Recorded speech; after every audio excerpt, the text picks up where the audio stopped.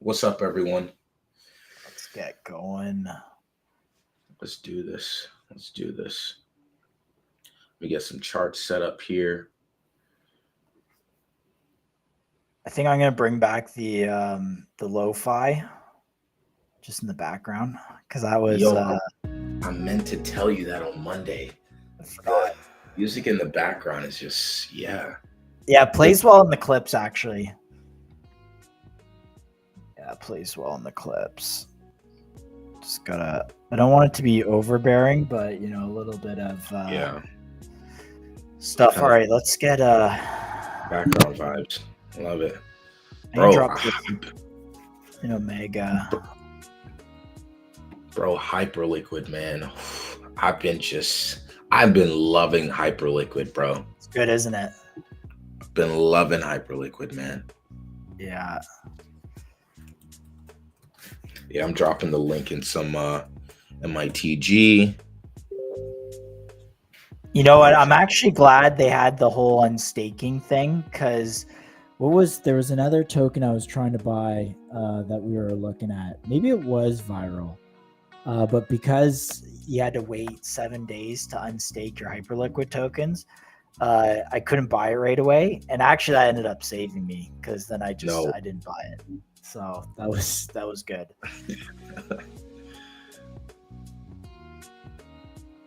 man. Low key, that was good. This market is just an absolute banger, bro. I'm about to run up this Hyperliquid portfolio. I freaking can't wait. Yeah, like I'd love to see Sol get this extension to 165. I was talking about it yesterday on the stream. I didn't have Christian on. I wish Christian was out looking at beach houses. I was like, bro, yeah, I need you on these streams. Chad move. I know, honestly.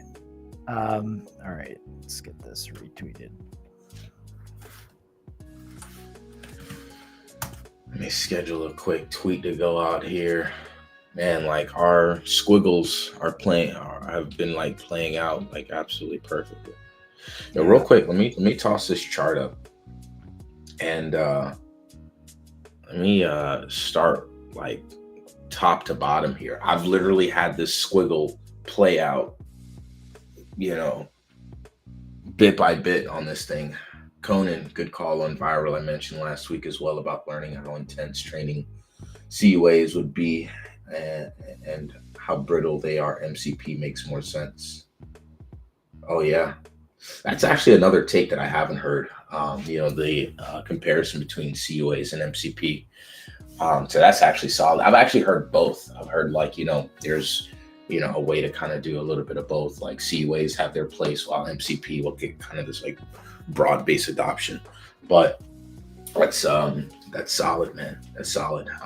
There's a lot of people who kind of message me or in my comments. They're like, man, I exited a week ago or a month ago or whatever, and they kind of saw the same thing. So yeah, appreciate it, man. I mean, real quick before we go into like Bitcoin and like starting with the whole process, like since you mentioned viral, Conan, like I did want to just talk about that just a smidge. We've hashed it out already. Raymond said that in the Discord, not exited, not even mentioning viral, just lambs in general. Well, hey, look, if anybody from Ray has anything to say about tech, then you know we're all ears. Wiz, market is perked up. What's up, bro? 100 on viral. Hey, appreciate it, man. GG's. But yeah, real quick. I mean, look, I'm gonna highlight the same tweet that I've been highlighting. In my tweets these last few days. A lot of people, understandably so, like they got upset because of my call and everything like that. Like I said though, like I'm in the game of protecting capital, because microcaps are a risky game, man. Microcaps are already risky, and I posted this tweet here, a long time ago. I've been trading microcaps for a few years now.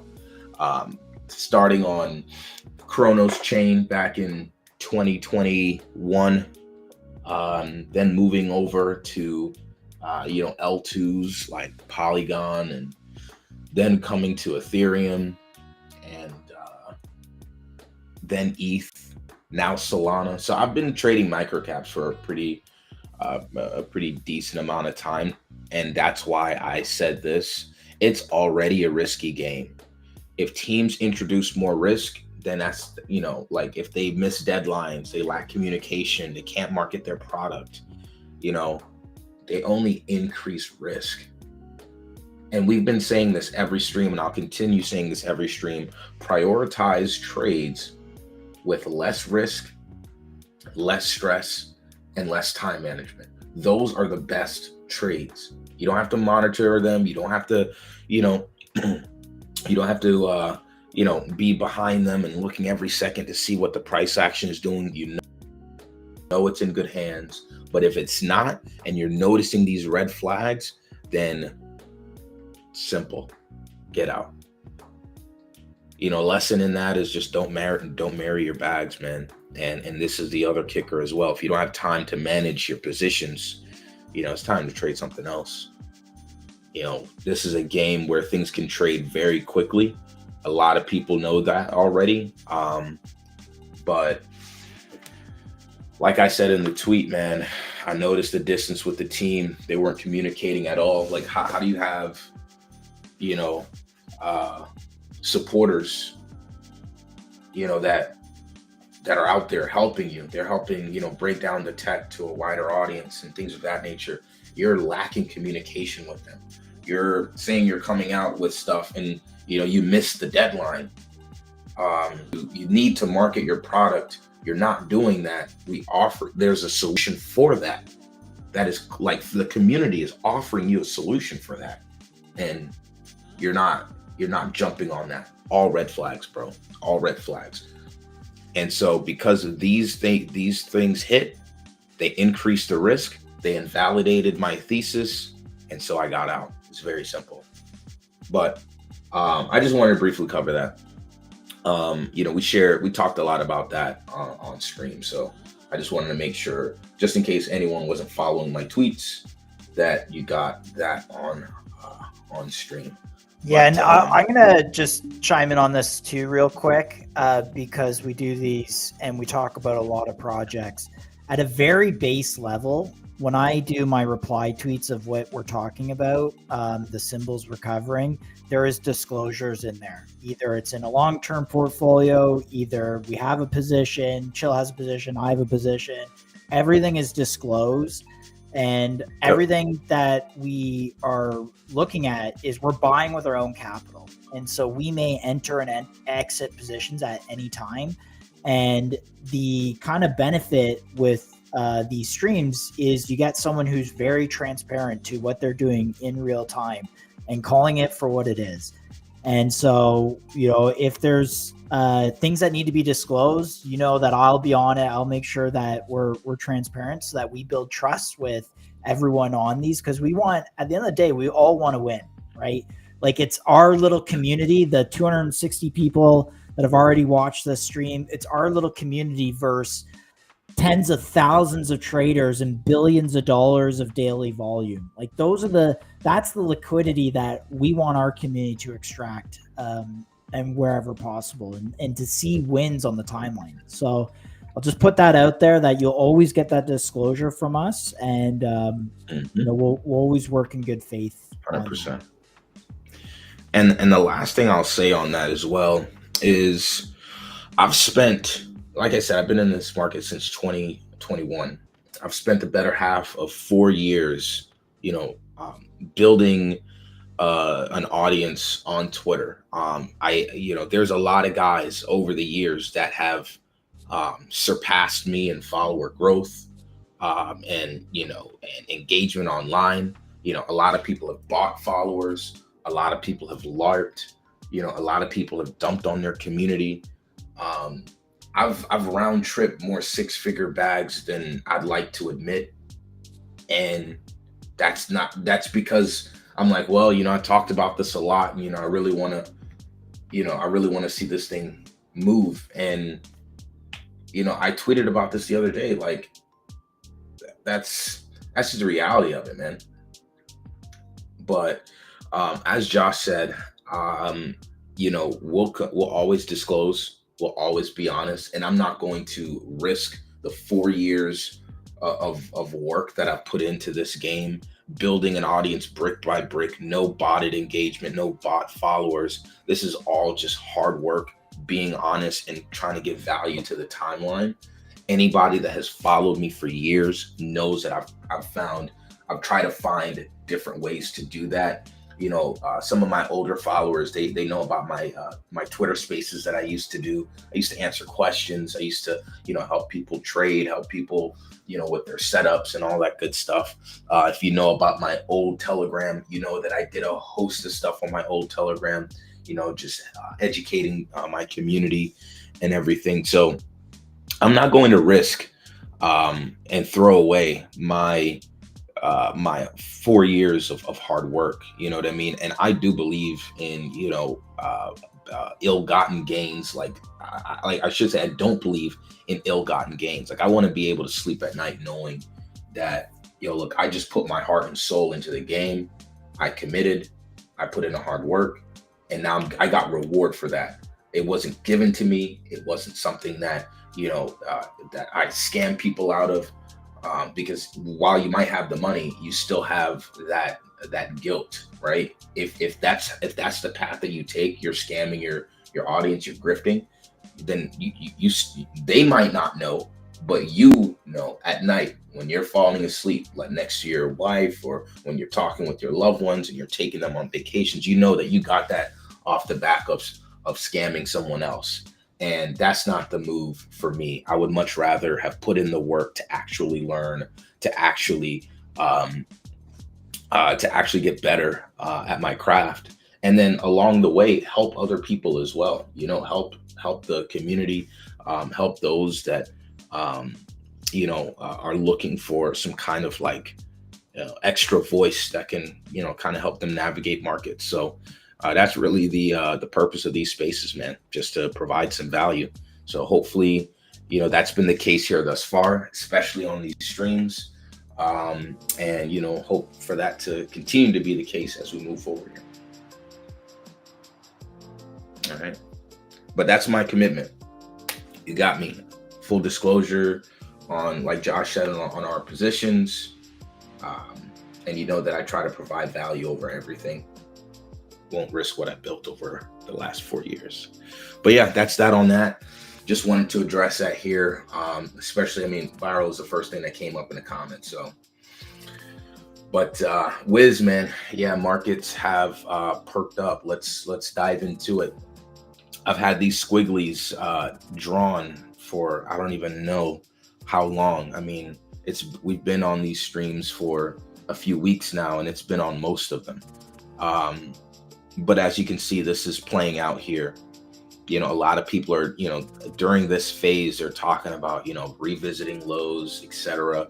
We understand that, there is a bull base and bearish case for, expectations in the market. So, we know the bearish case was revisiting below this line, but my base case was this white line here. And that played out perfectly. So what happens next? I think we do get the extension, into this 102 area. I don't know. At some point, though, I do expect a little bit more chop. But whether that happens here at 102, whether that happens at 106, or whether that happens right before new all-time high, that's anyone's game. All I do know is we're going higher. And I did share a tweet yesterday and about just kind of like my expectations for markets moving forward. And I'll read it to you guys real quick, just in case you didn't get it. I won't read all of it, but basically I was talking about that, the Fed and the market, as well as a lot of experts in the area, they don't have what they need to accurately forecast. they couldn't even figure out GDP because of tariffs. The Atlanta Fed president he doesn't even know what's going to happen. He mentioned in an interview a few weeks ago, he didn't know what was going to happen. And obviously, some experts like, analysts that are on like CNBC, or some crypto analysts that are on the crypto side that are kind of like macro guys. A lot of people outside of, hey, look, we're just overall bullish. A lot of these analysts, they were very unsure of where we go from here from a macro point of view. So, that gave me the indication that the market and the Fed are in the same. The market, the Fed, and experts in general are in the same bucket. We're all waiting on Trump. And you saw the reaction we got from markets yesterday. Everyone is waiting just for deals to be made. And it seems like we're on the cusp of that. I think at some point now we're supposed to get an announcement. I believe it was the UK that we're going to cut a deal with. But, Trump teased the announcement last night and markets absolutely ripped. That's why we saw Bitcoin, completing this move here. Both countries, China and the US, they need to be able to sign a deal just for their own survival in their own economy. In the chat says, thoughts on the 92K CME gap being filled. No thoughts on it, bro. No thoughts on it right now. Obviously, retesting the 92K area, that was a part of the possibilities that I mentioned. I said we'll either consolidate or dip before we go higher, and we got the consolidation. I wanted a dip to 92K, but we didn't really get it. We got a dip to 93K. But maybe we do fill the CME gap.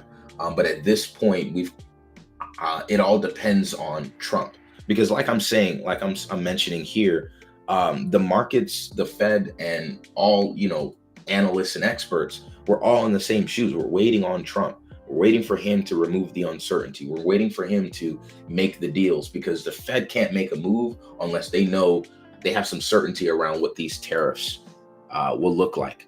And we only know what those tariffs will look like when, Trump provides some clarity. So that's what we're waiting on. We've completed this move. This is kind of where we're a little bit cautious. It might be the word. But I'm the same thing. I've been here. I'm, bullishly, cautiously optimistic. We've completed a huge move here. Now we're looking like we're getting ready to start a huge move.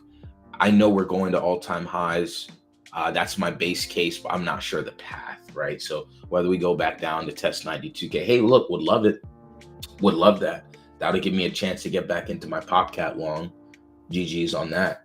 Called that out on the last stream and, caught a nice 250% move. I closed my PopCat long last night and opened a Sol long. So you're probably going to see another P&L of that. I'm almost at 100% there too.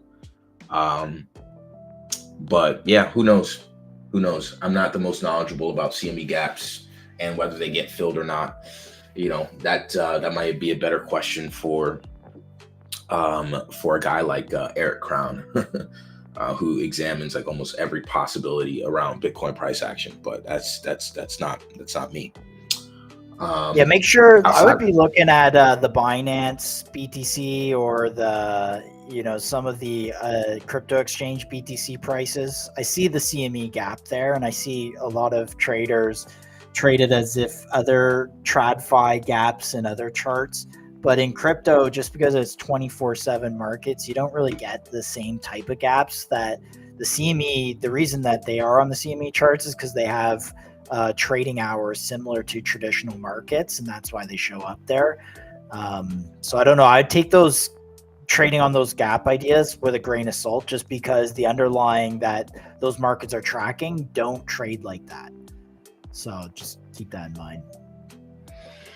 So that's what we're looking at with Bitcoin. Again, still expected to go towards the top of this range and all-time highs, but the path there, that's anybody's guess. Overall, I just know where my base case is that we're going up. That's what I think. So that's Bitcoin. Let me go to ETH. Some developments on ETH. Holy moly! Look at that freaking candle right there. Let me go to 3-day. I told you guys already that, and I've been saying it in the last few streams, when we break this line, what I'd like to see us start to do is reclaim some of these key levels, right? And we've had this also drawn out for a few weeks on the stream. So what I want to do here is just, let me see here. I want to just kind of switch this up a little bit. All right, cool. I just wanted to have this kind of like on my cursor so you guys can know where I'm pointing at better. But anyway, I've had this drawn out on my on the chart here for a pretty long time. Yesterday, I was actually thinking of longing here because of this like multi-day consolidation that we got right here. I was thinking about longing, but I just decided not to. Ended up just longing SOL instead. But I do believe like across the board, we're pretty much going to get a nice move up on everything. And ETH here is confirming the breakout of the downtrend. But then it's also confirming a reclaim of this key level. And I said, when ETH starts reclaiming these levels, we'll start to look at, ETH on chain once again. And as you see already, some OG memes are starting to pop off. I think, I heard some talks about like a MOG starting to go, especially with Popcat, showing some strength. MOG is also showing some strength as well.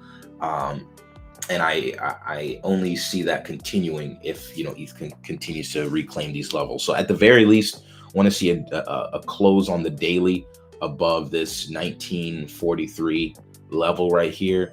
But, right now is when I'm starting to get interested in ETH again. So just FYI, that's a critical update for ETH and on-chain ETH. I kind of drew this up the other day. It looks like a little bit of an inverse head and shoulders on SOL. Looks like it's playing out here so far, but this is the reason why I took a SOL long versus ETH, just because there's just more strength behind this chart, like behind what we're seeing here. There's more strength behind that than this. I mean, yeah, ETH has gone up for maybe a month or so now. It's been on a straight line up, but it's also been just going down, the last how many months versus SOL.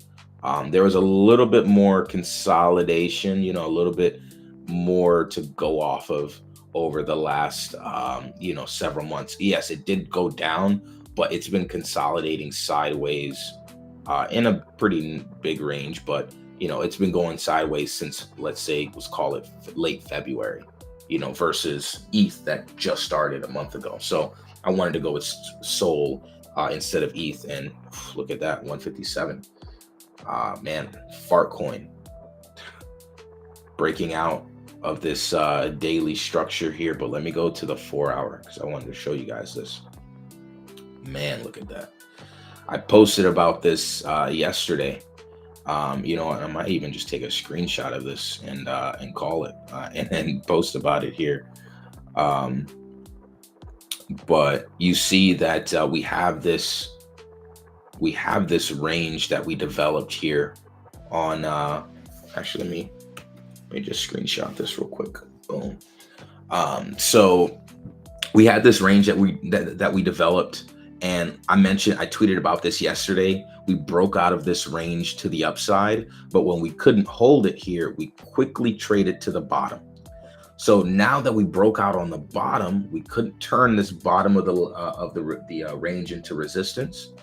Will we just quickly trade back to the upside, the top side of the range? And that's what I thought. Just like this failed here and went down quick, this failed to turn into resistance here, so it'll trade up pretty quick. that was my expectation here for Fartcoin. And I think this small breakout that we have on this low time frame is only the beginning, right? Like I feel like, we actually do test the top of the range. Maybe we do a consolidation like we did here, but I do expect us to kind of trade at the height of this broader range and just break out to short term. I can see Fartcoin at like, 2 bill, possibly even like 3. But my guess is as good as any. But ultimately, I do see a Fartcoin all-time highs, in the near-ish future, simply because number one, this asset can move pretty quickly, and number two, we're already seeing a lot of like TradFi bros talk about Fartcoin in their interviews, which when that happened the first time drove us to billions. So now that it's happening again, I don't think this time is any different. So still have my Fartcoin long open. And yeah, I did close my PopCat long, but I'm looking to re-enter on any retest, any dip lower. I'm looking to re-enter because this is basically what I view as like Elliott wave 1, right? 2, and then we'll have a 3 here, a 3 wave. But I'm expecting for that to come back, right? You have your 1, 2, 3, 4, and I guess the extension could go a little higher. I guess it could go a little higher, and that's why when I took profit, I'm like, hey, look, I'm not trying to time the exact top, but I'm assuming this thing can go higher. Who do you say spoke about the Fartcoin in interviews that caused the pump? I don't know the guy's name. I'm going to stop sharing real quick, and I'm going to show you, because I did retweet it the other day, which is why I retweeted it on my on Twitter. Let me find it real quick. And here it is. Bloomberg. It was a Bloomberg guy on Bloomberg, and Josh, I'm gonna hit you with the link on that. Yes, please. But it was CRG that pointed it out, and I just retweeted it. But it was Bloomberg's review of the first 100 days of Trump's presidency, and Fartcoin came up. Like I don't know how you get much more coded than that. Yeah, of course. That's coded for sure. Just in the psyche of these guys, like honestly, it's just you repeat it enough, and they think it's a joke, and they're all sidelined. Everyone's sidelined because they think it's a joke, but it just kept going and going and going. And that's the same thing happened to Literally. Doge. That's what I'm saying, bro. That's what I'm saying. So, but yeah, man. Cuppa, thanks for the question. But yeah, that's Josh will post the link. But yeah, these guys, they're coping, man, and the fact that they're talking about it, is even better. But still top of mind share, by the way. Fartcoin still number 1 on Cookie.fund mind share. Still top of social metrics. Kaido, when you look at Kaido, I think Fartcoin was like somewhere in the 60 to 70% range of yaps on Twitter. Smart Money also is buying and holding, right? We're seeing not only is Smart Money holding, but they're also bidding more, which is driving the price action up. But Smart Money was also bidding PopCat. So that's why I took the long, but I'm comfortable here with the profits. Let's see if we get a push down to, maybe like 45 at the least, but at most like the 40-cent region. And that's where I get long again. But that's why I took profit, because of this kind of like Elliott wave that I see completed on this. Not a chartist, but I know the basics. So I just use the basics. I stick with that. And then, that'll be that. But you easily see this, right? 1, 2, 3, 4, maybe 5. We maybe get an extension into the 50s, but then, maybe there's like some sort of correction that we see. Lastly, on the perp side of things was this here, AI XBT. I saw on Nansen that Smart Money was completing that, or was buying that. I'm looking for it to trade into this like 20 cents, but if it shows any more weakness, if it starts to come down, I might just cut. Because I'm already in pretty good profits already. Like I've been long since like about like this like 15.9 area, 16 area somewhere, or maybe even or was it 16.9? I think somewhere in like 16s, I believe. So yeah, that's the update on the perp side. Still have my fart coin. Took profits on Popcat and AI XBT. I'm still in that long as well. So let's start diving into some tickers. Yeah, I think. Have you checked out? Cuppa says, have you checked out Soul Copilot yet? I've heard about it. I haven't checked it out, but I definitely. If I keep hearing about it, I definitely will. So let's talk about. First off, let me share the chart on PVS. I haven't checked the PVS chart, to be honest.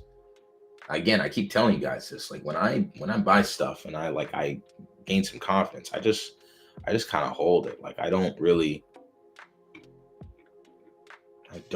do much with it. Okay, so let's go on the 4-hour here. So looking good. A slow cooker as it has been. We got the breakout right after a retest. We bought more here. We bought more here. So let me see something real quick. All right. Cool. So we bought more here. We bought more here. Nothing has changed when it comes to PVS. And when you look at, I keep saying the same thing, but like you look at the partnerships, man, BMW, Intel, HD, Alibaba, which is huge in China, major Chinese universities, major universities in the world, recognized by NVIDIA, recognized by big, leaders in the XR industry, recognized by the head of XR at NVIDIA. Like, there's nothing else that I need to say on this, right? Like PVS is going to do its thing. It broke out here. We got a nice, not the cleanest, but we got some sort of like retest of the trend line area. And it looks like it kind of wants to just grind higher. So PVS is looking very good, very good. And again, with PVS, a part of the thesis is there has been adoption of this technology, and there continues to be adoption of this technology. And every time someone uses this platform, uses the tech behind PVS, there's a buy and burn mechanism. So if you go to their website, you actually see that there's going to be buying and burning of PVS. I wonder if I can show that to you guys right now. Let me quickly go to the website and see if I can actually show that. But there is a piece on the website that shows that, and that's a key part of the thesis, right? Like it's good to have really nice tech, but you have to make sure that you also have adoption of that technology, right? It's not just having good tech. It's having a good team that can facilitate the adoption of that technology, because without adoption, you're basically at a standstill, right? So let me look here on their website. They have a few things. Showcases, applications. Let me see. I'm just seeing if I can find the specific By, page, but by the way, you had last week on May 1st, you had a tweet at 5 mil market cap here where you were just reminding people of the setup here, right at that white line where it was forming that double bottom, and then has since broken out and has traded up to 7.5, 8 mil. So, you know, we're again, if you're on our streams on May 1st, which we did stream on May 1st, last Thursday, we streamed. Did we? Yeah, we did stream. I think we streamed last Thursday. Anyways, if you're on these streams, like you're getting this at lower market caps, you're seeing this basically live in real time. So, and this is a tweet right here. You know, literally, again, I chart these on stream and, you know, I say what I got to say. And then, like, I really don't look at these charts again. And I do feel that the same thing is the problem with PVS. People just don't read. People just don't take the time to actually look into the technology and realize that they're creating something that isn't even widely known. Like, you know what I mean? Digital twins. We talked about this on the last stream. But there's a ton of stuff that they're building. That actually, let me shoot. Didn't realize. Shout out to Rajat, you know, for writing this. I didn't even realize I didn't follow him. But yeah, you know, ridiculously undervalued here. This is where we bought. Again, I bought at like 2 mil or under 2 mil somewhere. And then I bought again at 5. I bought more at 7, and when we came back down at these levels, I bought more as well. So I've just been stacking, bro, my PVS, because at the end of the day, I don't think this is going to. I think this is going to age well. And there's another tweet that I'm actually gonna highlight today, but you know, PVS basically has, you know, working tech in a widely known industry. The thing is, like I said, it's boring to degens. No one wants to read. No one wants to actually look in and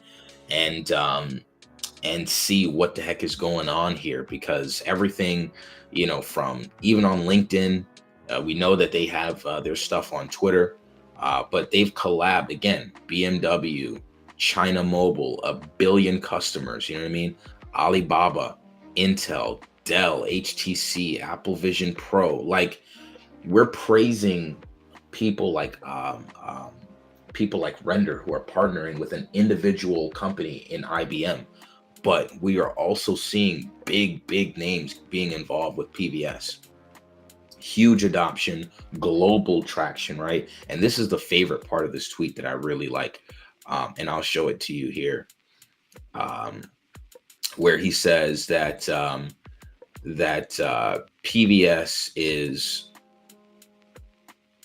he said it was multi, let me see, I forget where he said it.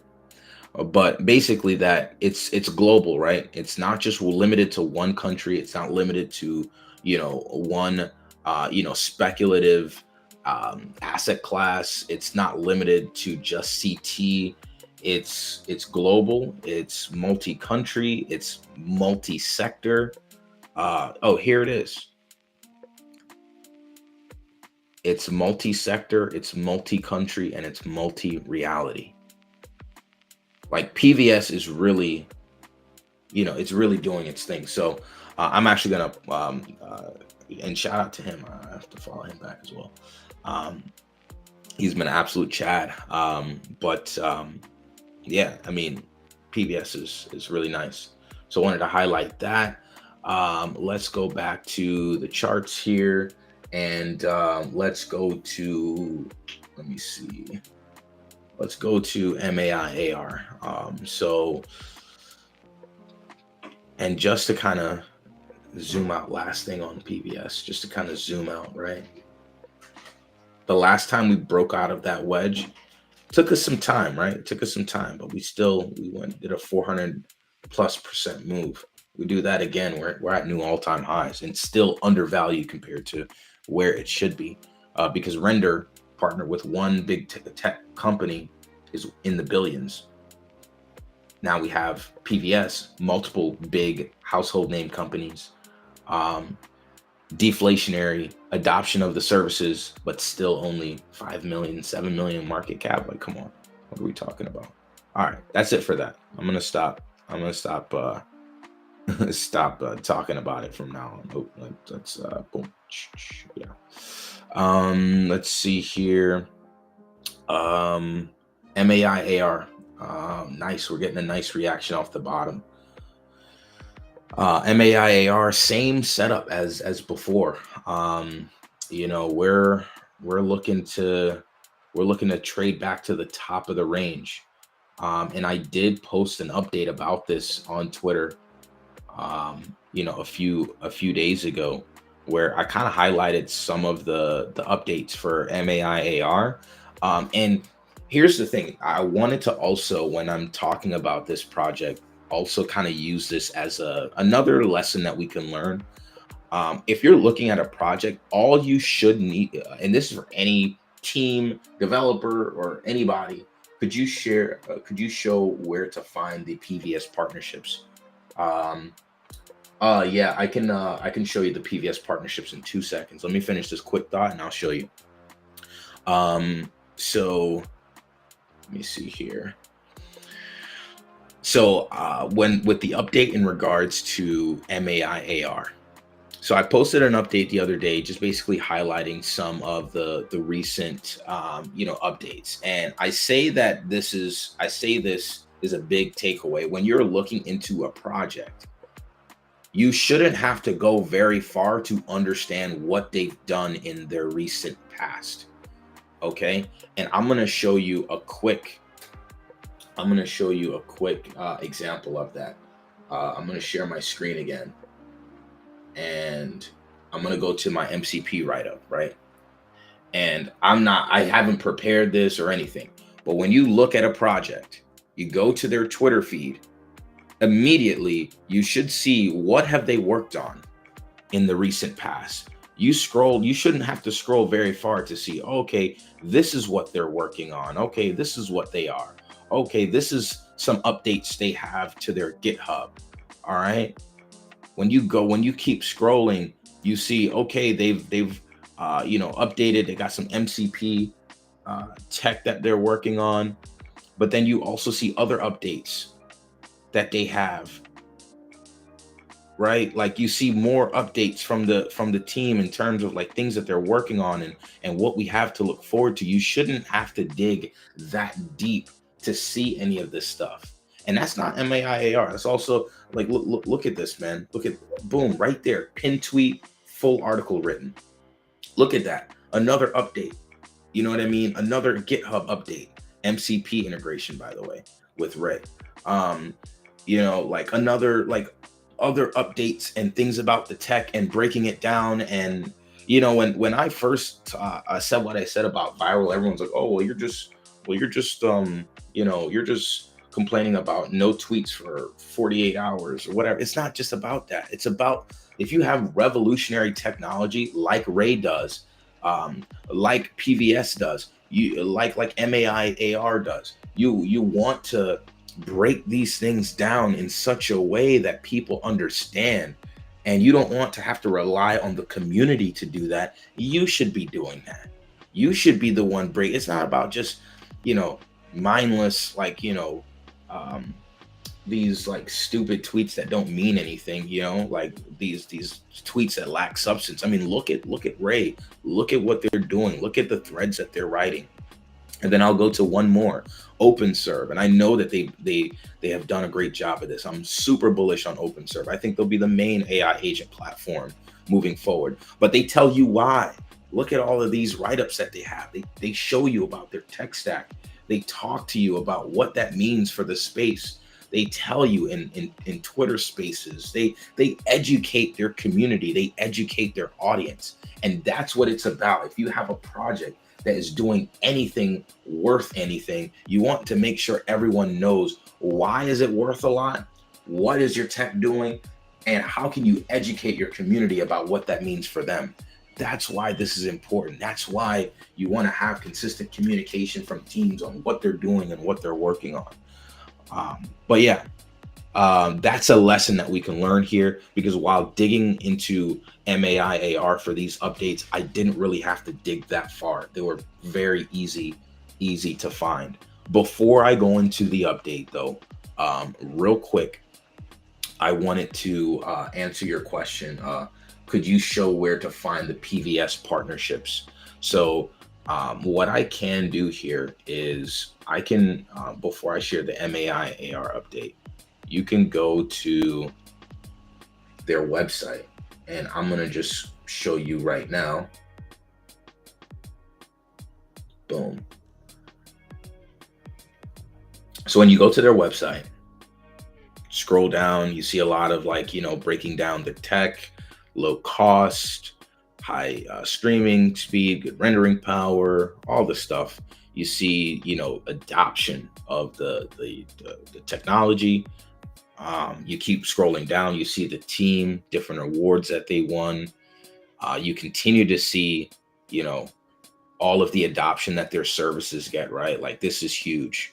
This is huge. But then when you scroll down even more, you then get to the ecosystem connectivity, and you get here where you see like various partners that they have.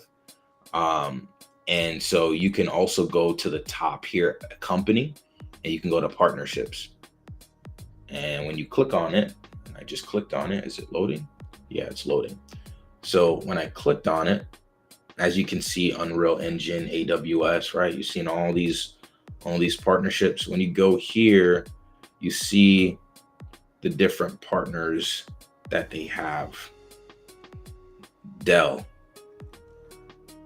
H5, NVIDIA, right? Like, you see like all these partnerships and stuff that they have.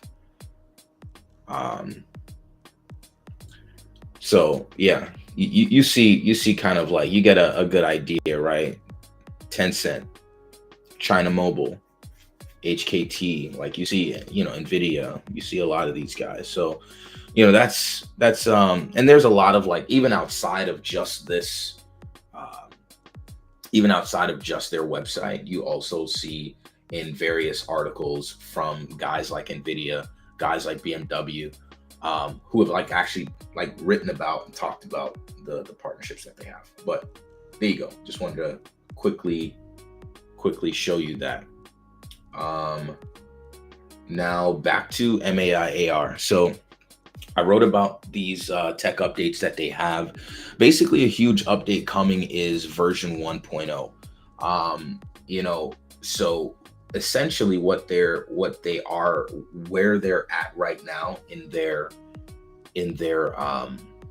development, is they are like in an what they call like an unstable state, meaning that the version of the tech that they have now, the updates that they're doing to it could invalidate anything that's built before it. There's no backwards compatibility. If anyone plays video games, it's almost like every time they do an update, they go from PS1 to PS2, PS2 to PS3, PS4 to PS5.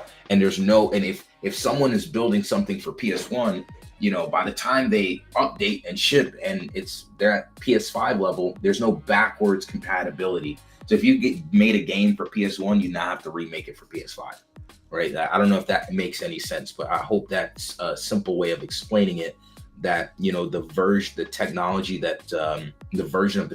that they have now, they're iterating and shipping so quickly that there's no backwards compatibility. So if you build something on an older version, it's not going to be able to be integrated into the new version. Now, this is where version 1.0 comes in, where they're now about to build a stable foundation.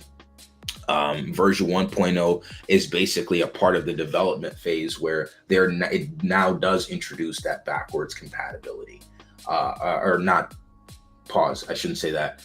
It provides a stable environment, so where any updates that are coming out from 1.0 and onward, it's all going to be the same. It's not going to invalidate, any version over another, right? So once 1.0 comes out, devs can build with confidence, and they don't have to worry about, their work being invalidated due to a lack of backward compatibility. So they're shipping at an incredible rate. And once this stable foundation comes out in terms of version 1.0, I think that's where we'll start to see an accelerated, level of adoption of the technology, and we'll see a lot of builders, come in and build. We talked about MCP already on last stream, so I'm not going to talk about it too much. But basically, it's like an automated way of agents to have access to a wide variety of tools. I think MCP gives you access to like 10,000 plus tools all in one go. Whereas before, devs would have to kind of build these customized integrations to, give their agent access to this website or this data set or these tools or this file system or whatever. So they have now, integrated MCP that's going to give their agents real-time access to a lot more information and tools. They can then, do a lot more in terms of, sophistication and sophisticated. They can make more sophisticated workflows. They can make those things possible. They had a few other interesting updates, like agents can code. They integrated ChatGPT, or they integrated GPT 4.1 for, just more capabilities, better performance.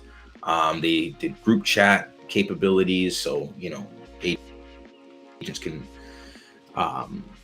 they can communicate in group chats now. The token, the token has not been performing the best, right? Like we see that the chart was still at the bottom of that range. We're slowly starting to see it, pick up a little bit here. But I think version 1.0 is really when things are going to pick up. But just some things to be aware of with the price action. There was a big account that basically wanted the team to include like swarms. Can you or some pull up buzzwords in their the bio. chart? Sorry, you're still on the tweet, but it would be good to get the. Oh, my bad. Yeah, let me pull up the chart here. Oh, actually, it's getting a nice little reaction now. My bad. I thought I had the chart up there for a sec. But that's the 4 hour on the recent kind of price action. This is how it looks overall, like big picture, right? Still at the bottom of the range, looking to make its way back up. And then we're gonna just kind of zoom in. So still at a good level here. But basically what happened is, to cause this sort of sell-off a little bit here, basically there was some big account that wanted to push MAI-AR, and they wanted them to include some buzzwords in their bio. But because the team didn't want to play like any like pump and dump games, basically the person that account, they sold the entire 1.2% of the supply that they bought. So that caused, this kind of sell off that we saw, because he was dumping the chart basically. So we saw that. And but now we're starting to see again this nice accumulation range form, and it looks like we're gonna, like, I wouldn't be surprised to see us kind of do something like this, right? We'll start to break out of the range and go up. Now, the only thing I will say with this is, I want to see when the version 1 comes out. I'm not sure when it's going to be released, but I think that's going to be a pretty big part of this move up. So I'm not sure when. This is not like a hard thing. This is just kind of like the general idea. Like, we'll chop around here, but when version 1 comes up, we'll then, when version 1 comes out, we'll then start to push up a little bit more. So that's kind of the thought process around MAI-AR right now. Still very undervalued. It's around like what, 1 million, I think. Yeah, it's like 1.3 mil.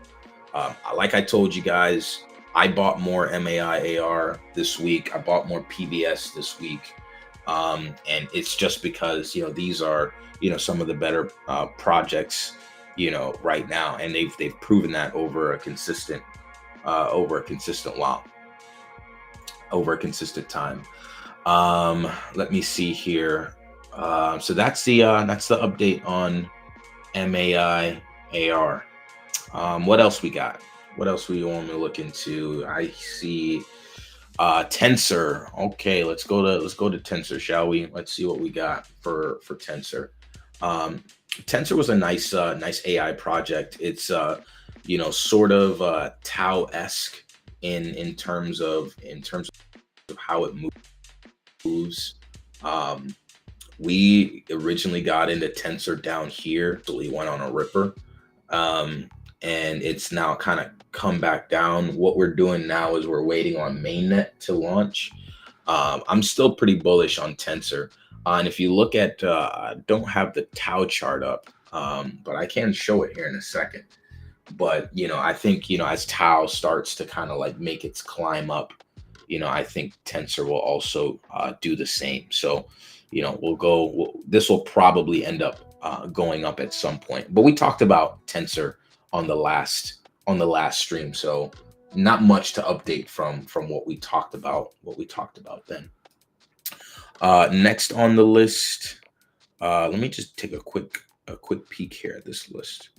Wave was one of the ones you guys wanted us to check out, so let me open that up since it's right here before I get into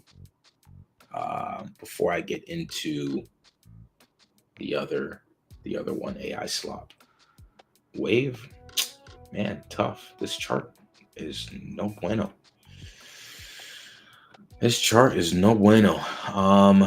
Yeah.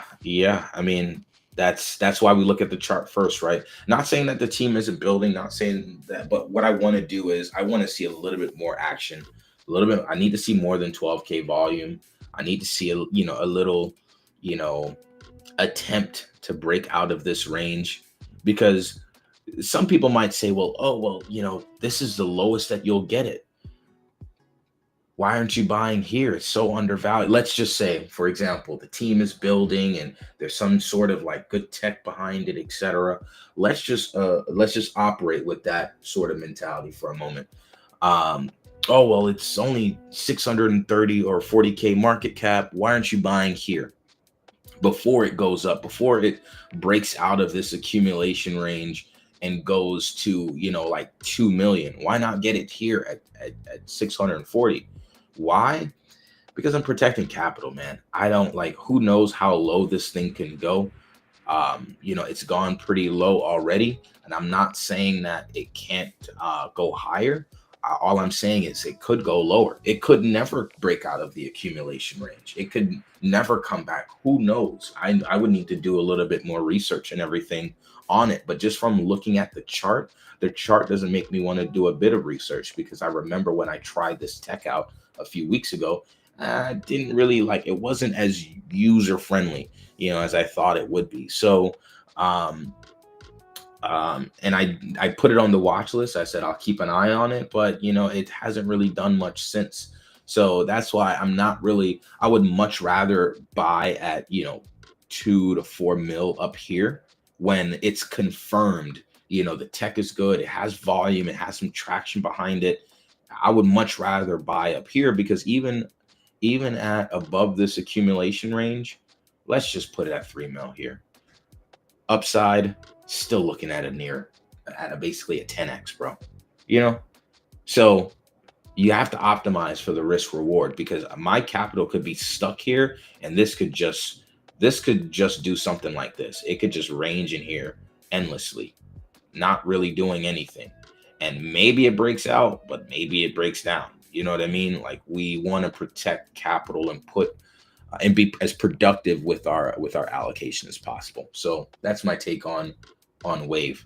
Let's go to AI. Dang, look at the holy cow. Hold on. Let's go to the full watch list real quick. Okay.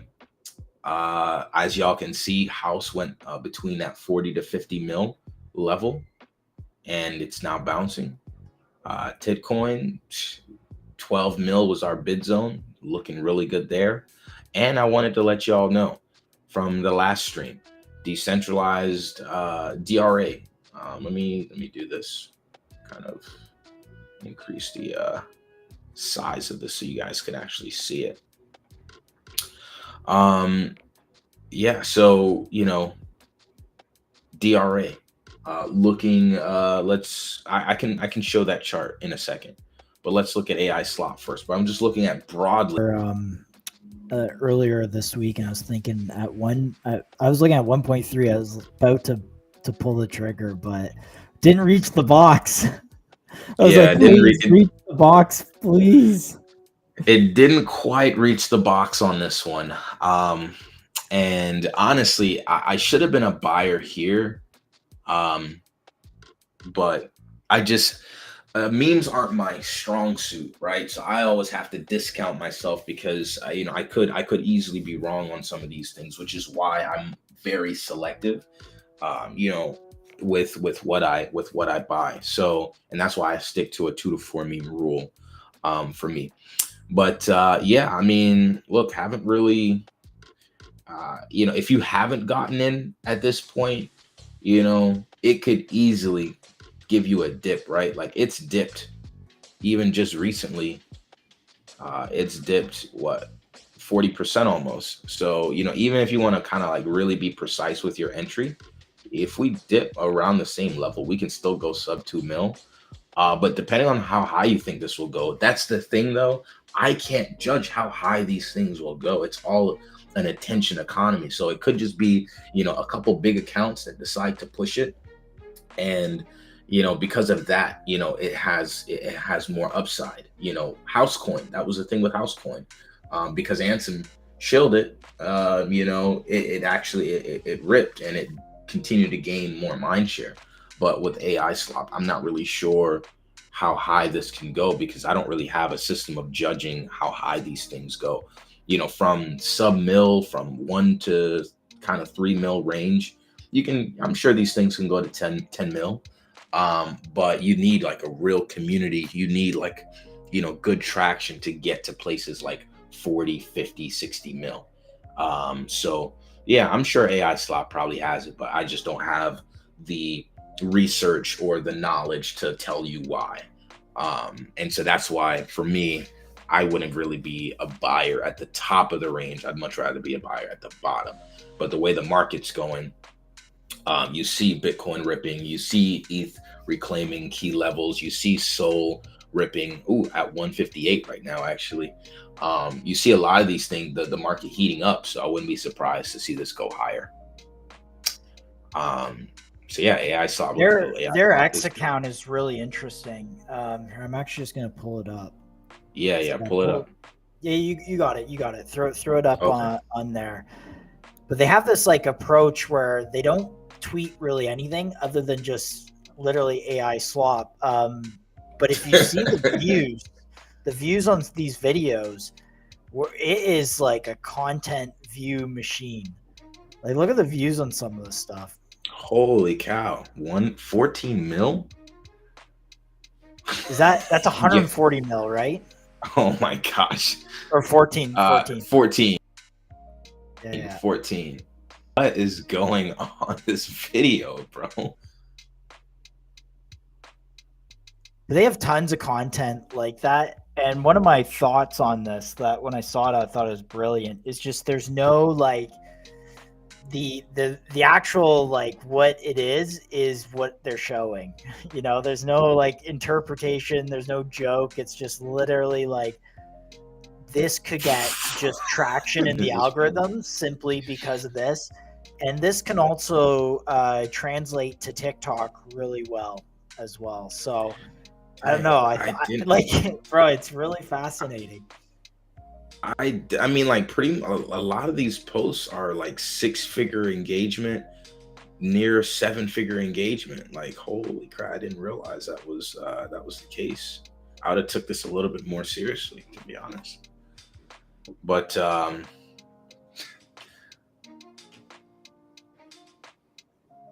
That's so crazy. Oh my gosh. All right. That's so wild. All right, let me exit out of that. So yeah, that's AI slop. I mean, yeah, it definitely could go higher. Like now seeing the It's in the views name. and In the name.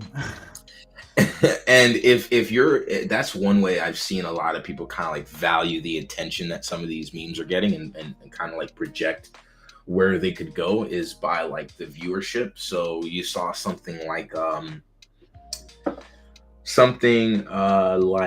what was a recent ticker. There was a recent ticker that was like, getting tons of views on TikTok. I forget the name of it, but it was getting tons of views. And so a lot of people were kind of using that to say, well, you know, because of that traction, it'll go higher. So if that's kind of your framework where you're using like social metrics to judge where the chart could go, I mean, if it's getting 600K, 800K, millions of views, then this definitely could go higher. But again, how long will it stay that high? How long would it stay around? Like that stuff, I'm not really sure. The thing that I find with the trenches, and let me just say this. The thing that I find with the trenches is that there has been a lot of PvP to the point where perhaps some people don't have capital left. Like there's like, for example, you look at Gork. Gork, Elon chilled it, changed his PFP, changed his name, interacted with it. And Gork is, I don't even know where Gork is right now, but I know it wasn't doing too hot the last time I checked. And even if it was doing good, yeah, I'm pulling it up right now. Let me see where it's at.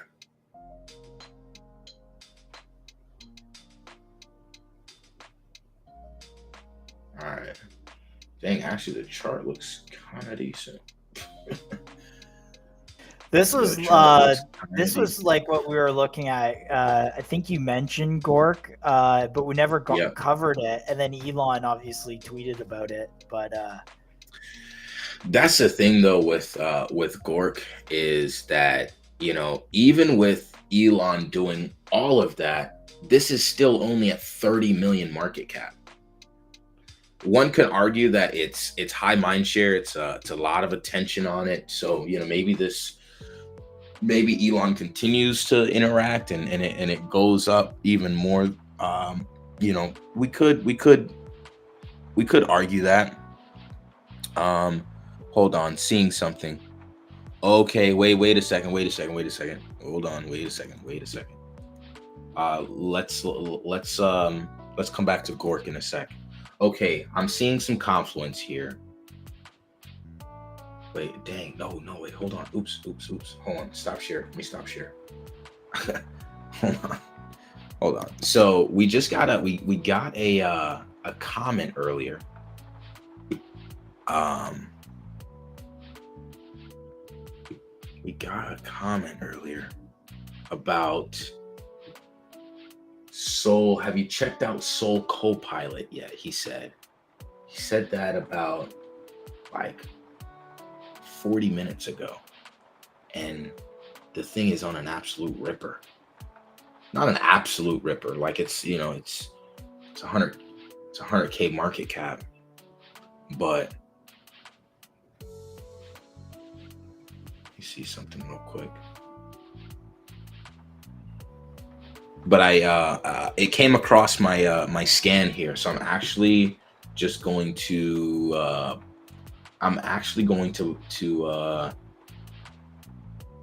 yeah, let me just do that and see what happens. Market's ripping, so all right.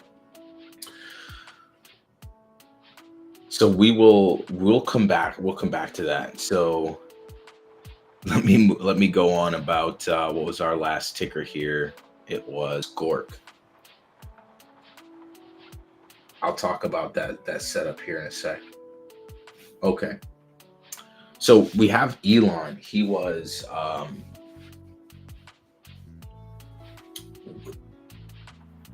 he is shilling this, and it's still only 33 mil market cap. Again, could go higher.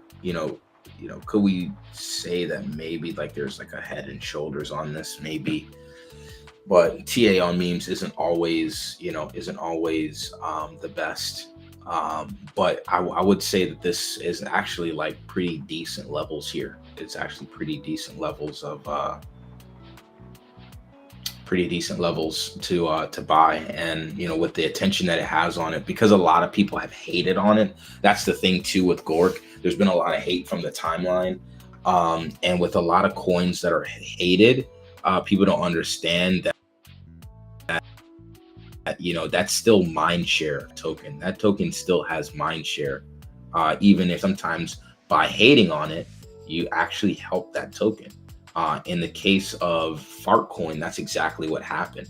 Fartcoin, a lot of TradFi bros were just kind of hating on Fartcoin, and that ended pushing the price higher. So yeah, and it's kind of breaking out of this downtrend. So actually, and what's the volume on this thing look like? 13 mil, still a lot of volume. I definitely think there's a cabal behind this. I mean, these pumps look, unreal.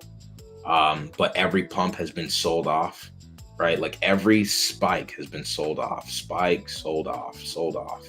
So I say that to say at some point the cabal might have to run out. They'll run out of supply, and they can't sell off like this. And it's that extraction in that PvP on Solana that has kind of like extracted a lot of liquidity. That's why a lot of these things haven't run as much as they would have. With all the viral memes that we've seen, a lot of these things top 50 mil. We finally saw Housecoin go to 100 mil. But even things like Gork, I mean, in a good market, anything that's shilled by Elon Musk is going to go to at least 100 mil, even a few hundred mil.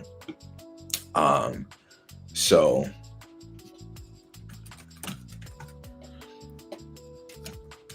yeah, so that's one thing. Let's actually go to this. Let's actually go to this. In this line of yeah. In this line of thing, Wiz dropped a CA for Korg. Ask Korg. This is a kind of I guess in the same Gork things. This is probably not worth looking at, but because I see Wiz on our streams, I'll give you the CA to it. Just because it's it's like 40K market cap. And who knows if it's bundled or anything, so we're probably not going to touch that. But just thought I would let you know that Wiz did drop it in. Yeah, no. If Wiz dropped it, we definitely got to check it out. Wiz is a Chad, man. He's a friend that I met on some spaces that I was doing. So I'll definitely review it. Real quick before I review it though, there was one that I wanted to check out that was mentioned a little bit ago. Oh no, it's a 40K market cap. It's 40K market cap. Yeah, that's a little low. That's a little low. I think as a general rule, if it's under like a few hundred, it's under like 100. Yeah. It just becomes too PvP at that point. It could be bundled. It's like it's too much risk for us to call on stream, I would think. Yeah, for sure. I mean, it going up isn't even, that's just too low of a market cap.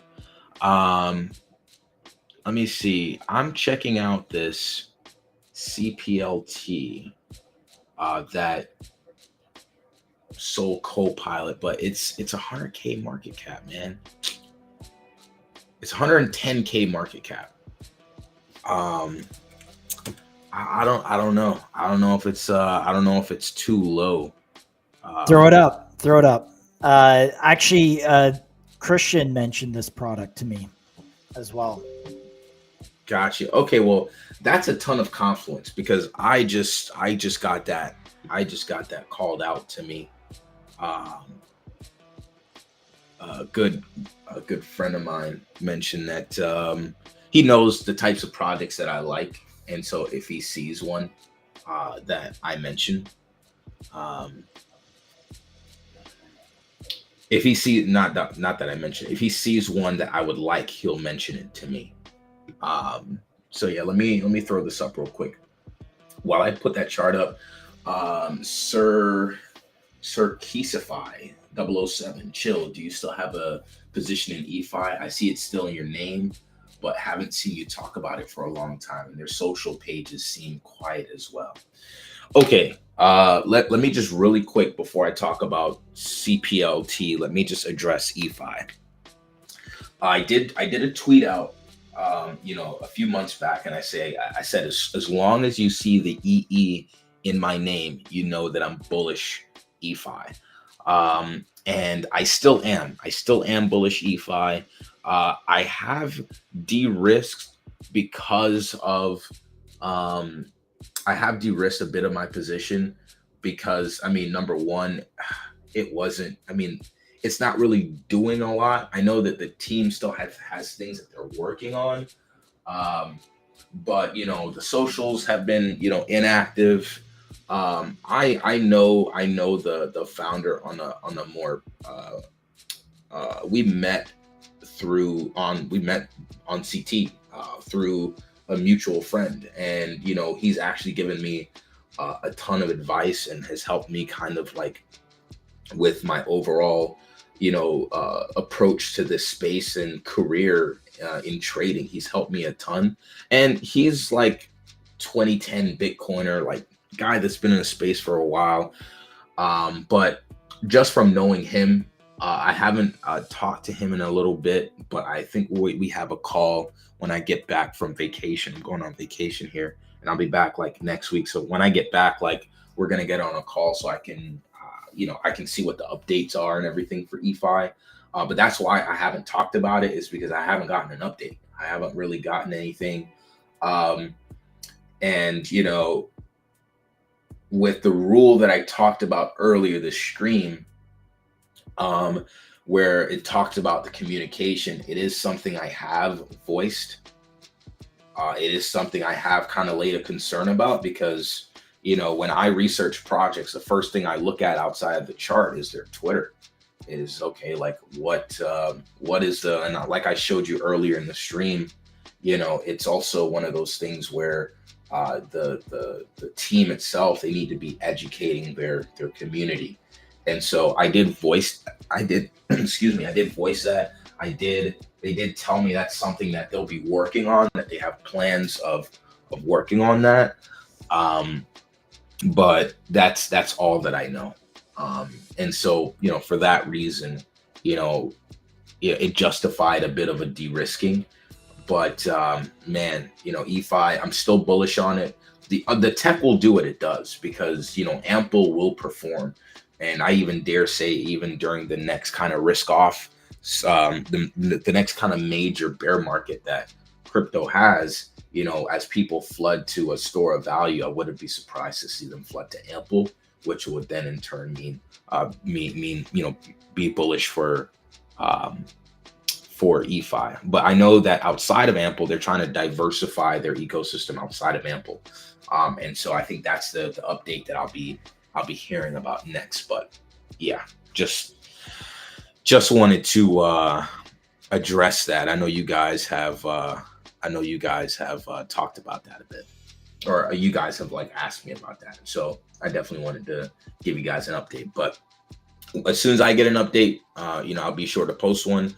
But just off Ample by itself, the underlying tech is there. It's a fully decentralized model, so it's the Elastic Vault will do its thing. So it's not a matter of if, just when. But as a trader, there are a lot more other opportunities, especially off of Ethereum in general. So, and now that ETH is starting to perform, maybe we see Ample perform, maybe we see that translate into some E5 performance. But there you go. Yeah, thanks a lot. Yeah, no problem, man. Anytime. Okay, so CPLT. Let's see what we got. 100K market cap. Okay, disclosure. I just bought. I have no idea what this is, but just off the Confluence, right?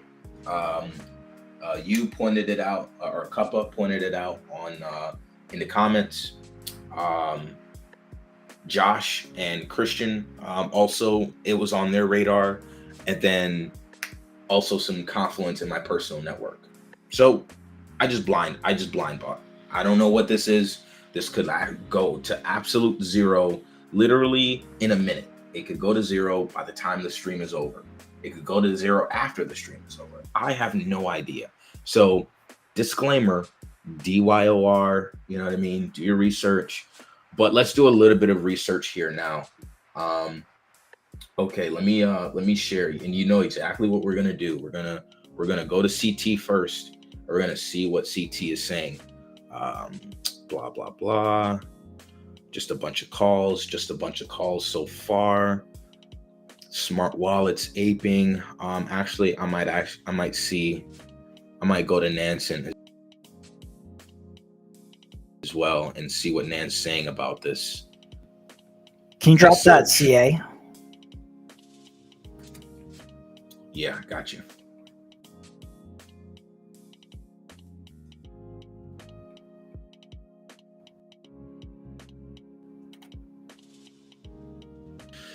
Talented dev. Not really sure what this is yet. They talked about some MCP. They talked about some MCP stuff. I gotta see like what actual information is there on this. Okay, there goes more Confluence. Lawless Light. I actually know this. Chad. He's a legend. We've been hunting, tickers for the last few years, and he tends to have his eye on the same things that I have my eye on. We tend to often be interested in the same type of projects. So just the fact that he's in, that's actually super, super encouraging. Microcap season back. Okay, let me see. Looking more. Nothing yet. Nothing on what the tech actually is. Let me see if AI XPT, no data on CLPT, too many dead projects, no liquidity. Okay, I don't really know what it is. Using our managed MCP server, you can shoot to your own desktop environment. But I don't. Okay, so now let's go to their website. Let's see what they have.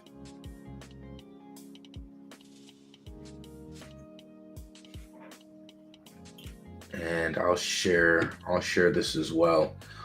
Your own trading AI assistant. Okay. Yeah, and I must follow up. So I actually went back to my messages with Christian to see if it was this, and it was actually something else that sounded like it. So just fair disclosure. Let me see. Ooh. Charts going up too. So let's see here.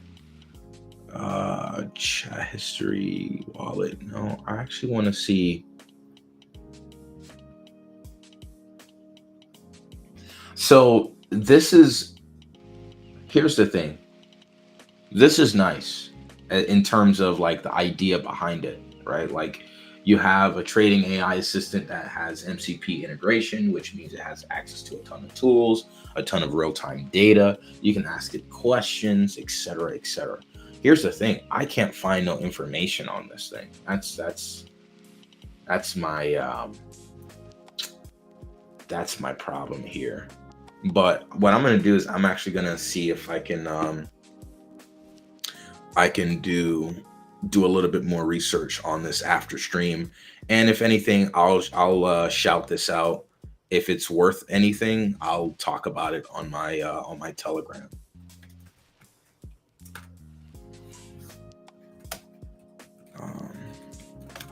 Cool. So yeah, I'll look into this. Good call out on this cuppa. I'll look into it a little bit more, and I'll see what it has to offer. Um, but we'll we'll kind of keep that on the watch list. I'm not gonna lie, man. I really want a bid Gork. Really want a bid Gork. Like, Okay. The response I got from that other one, that low market cap one, it keeps trolling me on X, bro. It's actually funny. It's too low, bro. It's too I know low. it's too low because you know exactly what's gonna happen as soon as we talk about it. And that's the thing. Like, I don't want to just like. I don't want to get to that level. Yeah, that's just not good. What? My CPLT buy didn't go through. The heck? Anyway, it looks like they have a volume bot going on it now because it's really running some volume through it all of a sudden. It has to be something, man. It gotta be something, because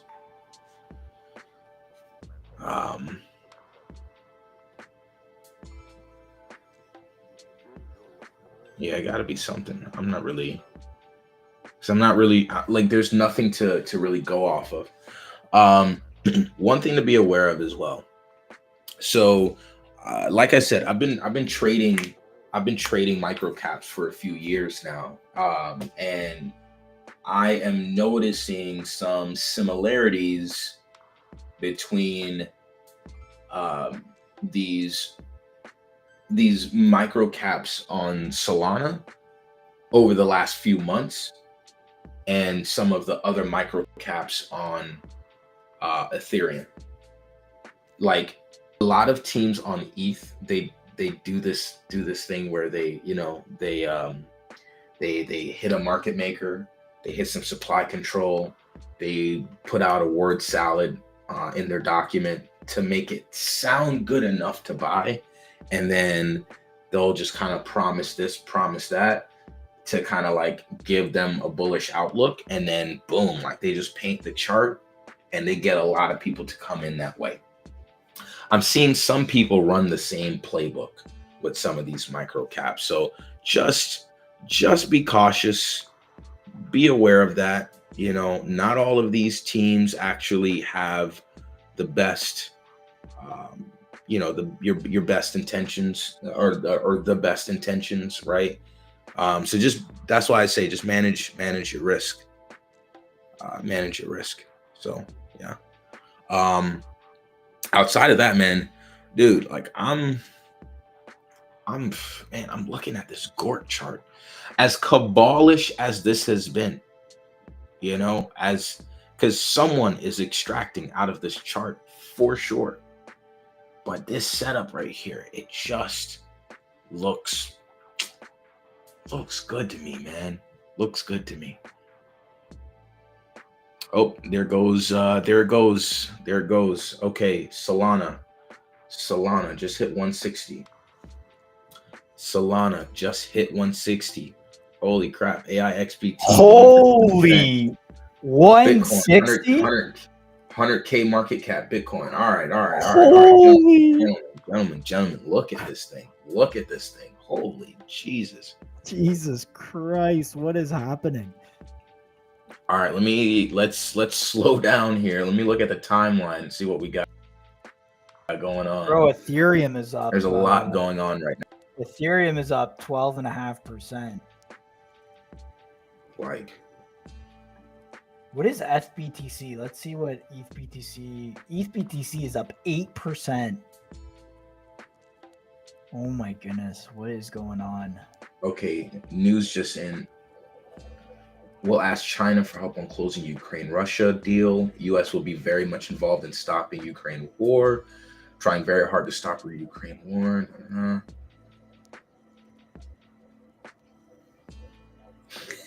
Trump said could call Powell for a meeting, but it's like talking to a wall.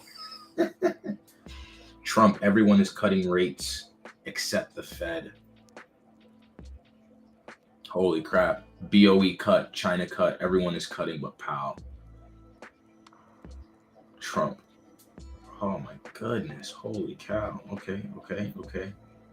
I'm not seeing like any like major news. But Bitcoin is 100K, 101.2, getting to our 102K level that we were talking about earlier this stream.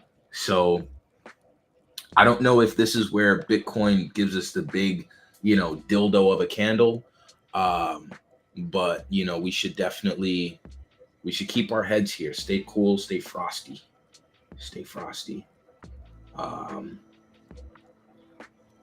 Let me look here. Fartcoin breaking out of the wedge.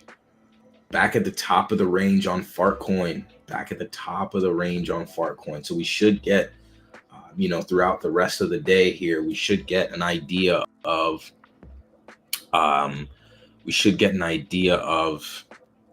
what's going to happen with Fartcoin at the top of this range, whether we reject or not. Let me see. No wonder Gork was going crazy. Okay.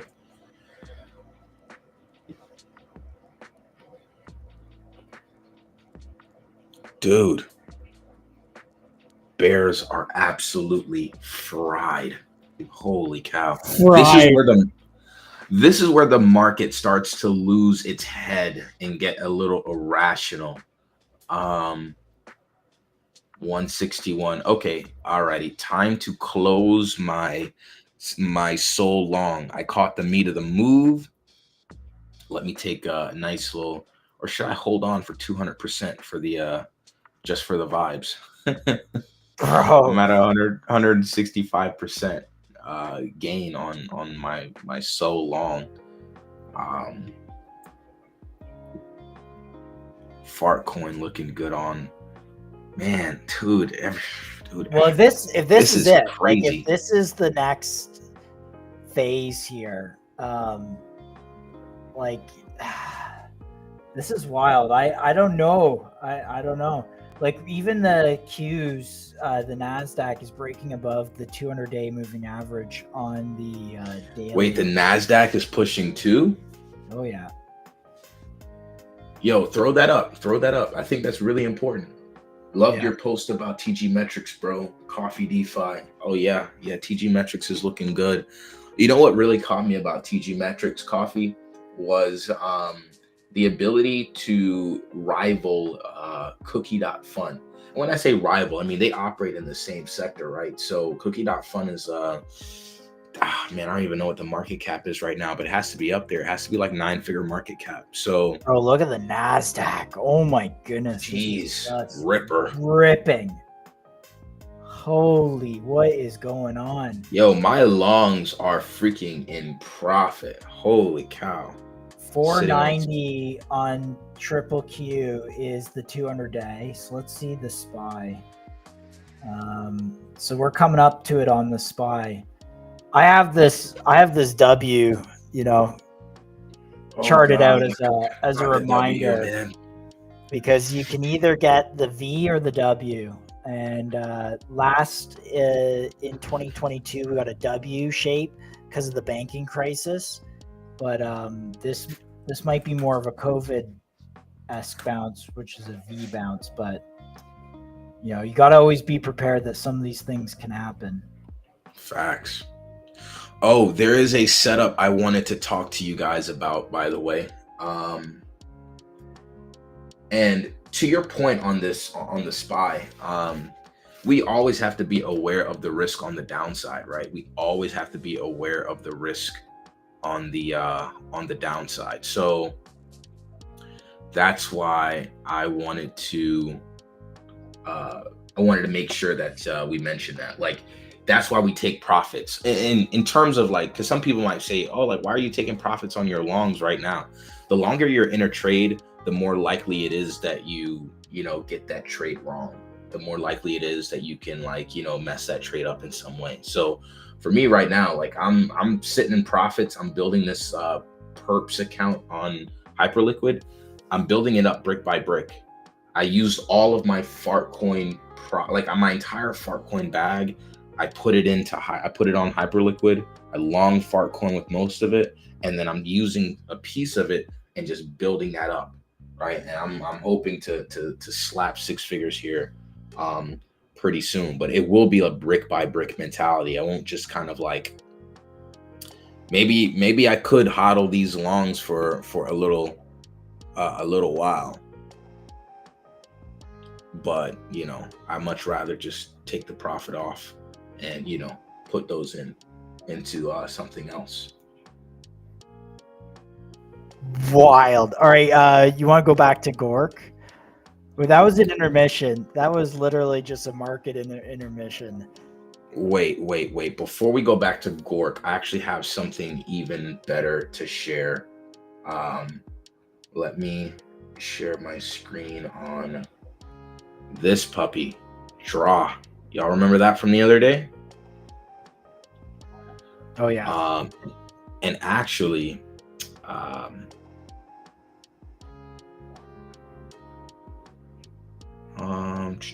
was shout out Maddie.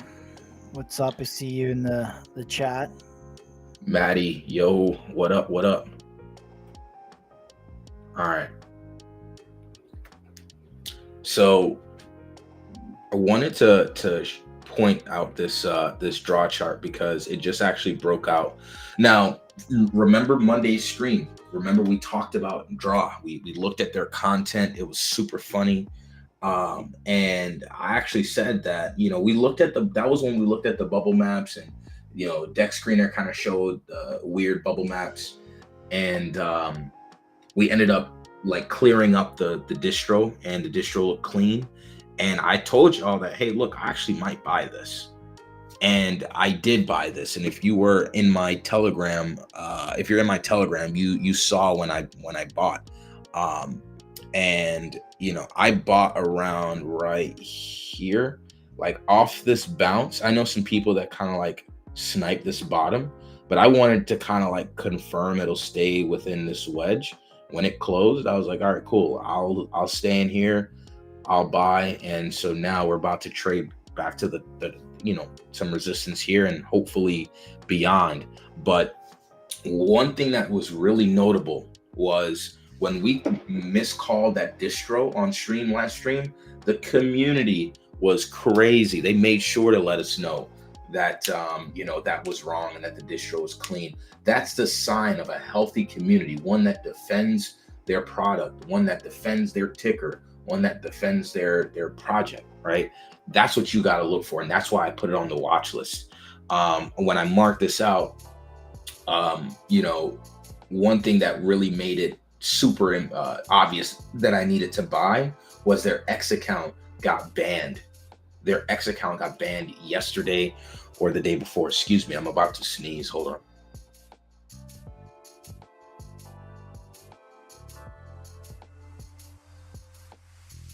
Sorry about that. I had to sneeze. So their X account got banned. And as you can see right about here, this is about the time that they got banned yesterday. Not a huge dump, didn't compromise any key levels. And it actually, whoever used this as a buying opportunity. And to me, that was a bullish sign, because usually when an X account gets banned, the project is done. And so, after seeing that strength, I bid, and, I believe the account is back now. So they should be back on track with, all the funny content that we saw from the stream earlier this week. So really kept this on my radar. Appreciate whoever that was for pointing that out. And I think as long as Housecoin holds up, I think this can also do pretty well as good beta, or it could just be one of the giants within this sort of like nihilism meta that we talked about on stream last time. So really good coin here, DRA. So yeah, Maddie says, how do you feel about RWA narrative, namely Collat on Solana? Let's check the chart, because I think I actually have Collat on my watch list. Collat, where you at, Collat? No, I don't. I thought I did. So let's put it on the OG AI tickers. All right, let's look at Collat real quick. I'm bullish RWA. My only exposure to RWA has been Cpool on Ethereum. I'm hoping that now that we bought Cpool at 30 mil and it went as high as like 220, something like that market cap. But I haven't really looked at RWA because I feel like there's a lot of like LARPs in that sector. I don't believe Collat is one of them. I've seen the community pretty actively saying a lot about it. So, I don't believe it's like a, super LARP or anything. But I have been interested in this chart, which is why I found it interesting that it wasn't on my watch list, because I've looked at this chart before. But now it looks good. I was actually thinking of a buy here at 8 mil. It was like at 8 mil at some point recently. So I was actually thinking of a buy here, but this is a pretty bullish breakout. I might even buy on like a retest, but I'm comfortable with my RWA exposure with Cpool. Cpool has like billions, tens of billions of flows in terms of like their use of their platform. Ton of institutional hands involved, ton of institutional money involved, and it's a pretty big sector that kind of incorporates the sector Aave operates in, but Aave is more so for kind of crypto people, whereas Cpool has a more institutionalized, institutional grade offering. So that's where I get really bullish. Collat though, I need to do a little bit more research. The chart does look bullish. I'm sure the project is bullish from how much I've seen it on the timeline. I might even blind buy it without doing much research just off that, but we'll see. I'm gonna keep an eye on it, and we'll watch it. Quick update here on AVA, man. Like, markets are just absolutely pumping right now. It's ridiculous. I'm trying to keep up with everything. Sol at 160. Come on, baby, give me 165, and I'll exit. I promise. F it. Let me just real quick, guys. Real quick. Let me close out my long here.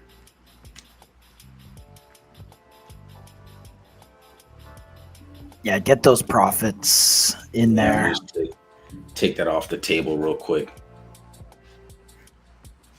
Gotta sell something. I was trimming a little earlier this week. Wish I had trimmed obviously today, but definitely want to have a bit of cash in these types of moves. So gotta, and at the end of the day, other opportunities are going to come up. If this is a bull market, the beginning, we have a year, potentially more of great market.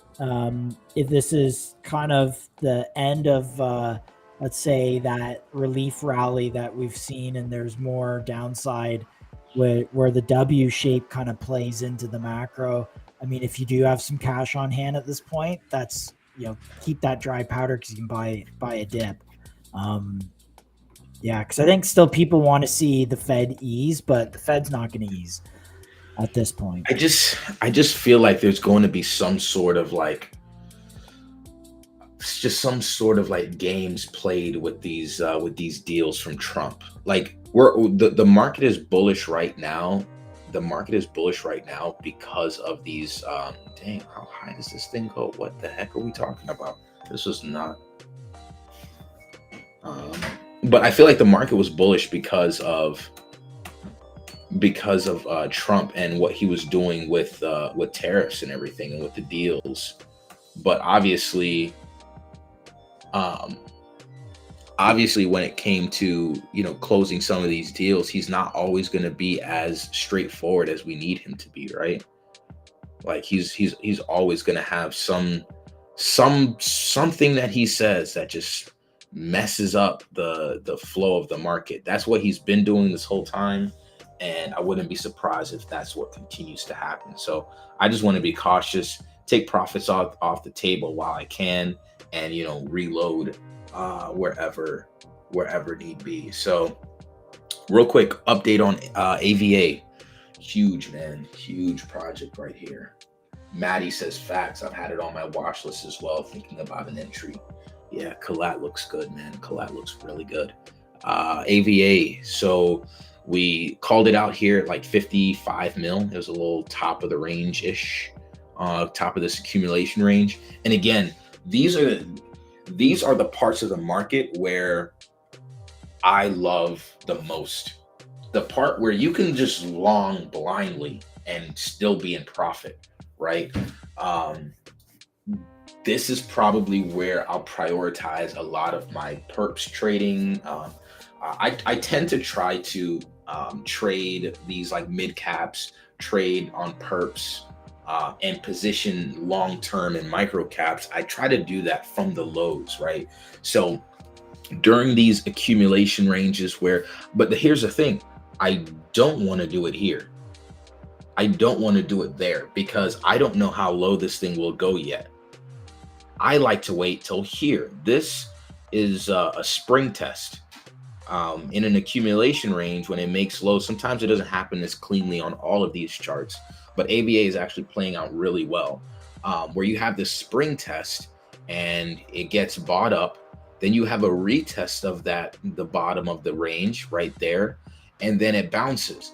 And after it bounces and is now trading at the height of that accumulation range, that is where I'm interested in buying. And that's where I bought this time. That was the plan, and I stuck to it. So we bought here, at these levels, and now we're trading. Because when you buy here, let me put the arrow back up. When you buy at those levels, look at this risk reward.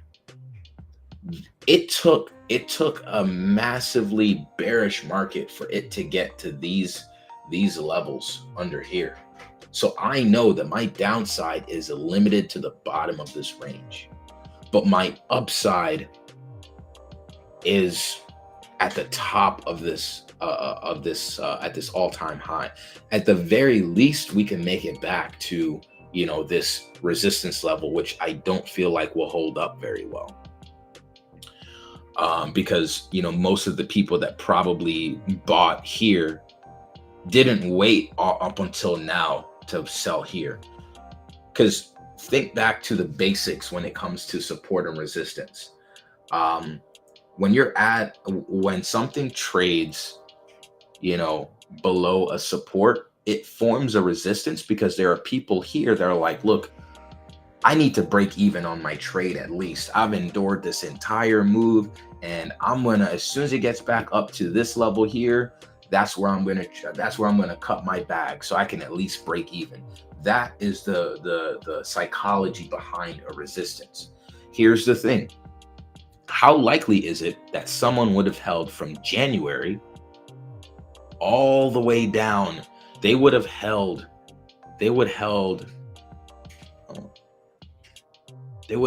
endured an 85% dip, an 80% dip. And then on the spring test, it went down to as much as 90%. So my thing is, who is holding a 90%? Unless you have like serious conviction, like you know that this bag is like, this is going to perform, and this is, this is where you want this is where you want to be. Unless you're a buyer or a holder down at those levels, you have serious conviction, you would have sold. And so anybody that has held up until this point, they're not going to sell just for a measly like little move off the bottom up to maybe like a 400% move just back to break even. They're holding for much higher targets, these guys with conviction that made it past the spring test. And so maybe we see a little sell pressure here, but I'm really feeling like we're just going to slice through this resistance. And we have a nice clean 6x on size. Whatever size means to you, it's a decent portion, a decent chunk of your portfolio, like not like 50%, but maybe it's like a, maybe a solid like, you know, 15 to 25% of your port, where you can kind of like, you know, just buy it. And yeah, perhaps it's not going to be a 10x overnight like what you'd get in the trenches, but it's also not a project that will, go down minus 90% in one day like you would get in the trenches. You know what I mean? So I do feel like a lot of people need to learn to do a little bit better at that. Do a little bit better at um, do a little bit better at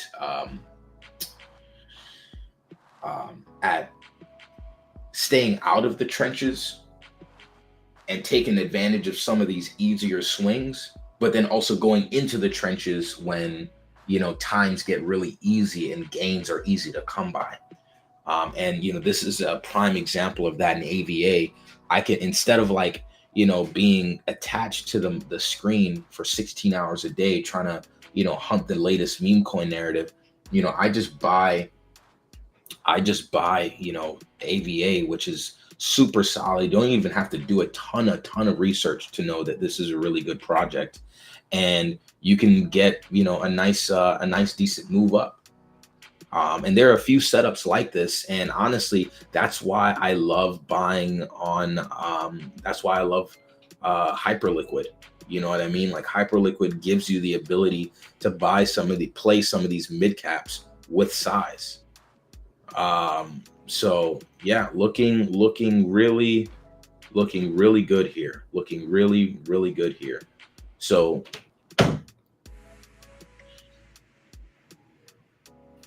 You want to run Trencher as well? yeah. Let me run. You also had Lay. There was a request for IQ, and then maybe Trencher. So I'll just Okay, let me do Lay, IQ, and then Trencher. Let's look at Lay real quick. See what we got.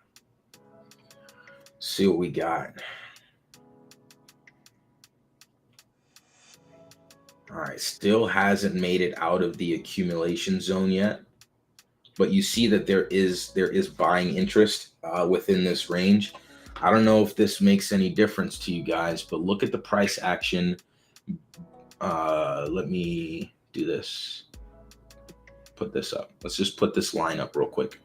Look at the price actions before this line and after this line. A lot of dead days, a lot of no volume, right? Let me also do that as well. Oh no, I can't pull it up like that to see the volume on it. But anyway, but look at before. Look at before the line and after the line. Before the line, there's no volume. It's just dead days, no buyers at all. Selling off, selling off, selling off. After, we see the sort of spring test, you can say, right here on the line. And then after, it confirms that as a bottom of the range, and you see a lot more buy interest here. In fact, you see all of this wicking that says, hey, look, there are buyers waiting for dips. And now we're back on the way up. I told y'all that I bought all the way back here. So, I was a buyer here in the range, and Lay is just one of those that I'm willing to wait on because I know that at some point ETH is going to come back. And that's also going to kind of put some wind in its sails. So I'm willing to wait out this entire range for a little while, because I'm not looking at any of my bags on ETH. I barely look at XMW, Serve, and the others. Like I'm not looking at any of the projects that I buy on ETH. I'm just like literally buying them and waiting for them to perform whenever ETH starts to outperform. So Lay looks good. Real quick, let's go to their Twitter and let's see what they got as far as. Let's see what they got as far as updates are concerned. See if there's anything bullish coming up. So we have, let's see here. So it looks like they recently just got Loomlay terminals have arrived, embedded powerful agents directly on your website, going far beyond basic chat boxes, engage your users smarter. And this is kind of the one of the reasons why I was really interested in Lay, this feature right here that they just dropped. And you can share that on screen too, Josh, whenever you get a sec. But Sorry. this is the reason. No, you're good. This is the reason why, like, I like Loomlay is because they're using things. They're using AI agents to access real time information for the purposes of everyone of people on websites. So, like, you ever went to a website, you see in like the bottom right corner, there's like a chat box for you to like reach out to somebody or ask questions or whatever. That's essentially what Lay is doing, but they have plugins, which is basically it gives you the capability to access a very specific information. So you can plug into DeFi Llama, for example. You can plug into Bird Eye, you can plug into Zapper, but you get real-time information on yields, on chain, and all that good stuff. But this is the reason, the big reason why, like, I'm bullish on Loomlay. And it looks like the thread just kind of disappeared for me. But as you can see, this is kind of Zerion just a few weeks ago integrated their chat box into their wallet. But this is essentially what it looks like. It's a chat box where you can literally answer questions. You can ask it to do different analysis for you. And it will process all of that, and it'll do all of that. And in Zerion's case, it's a wallet. So imagine going to your crypto wallet and asking an AI agent to do all sorts of analysis for you.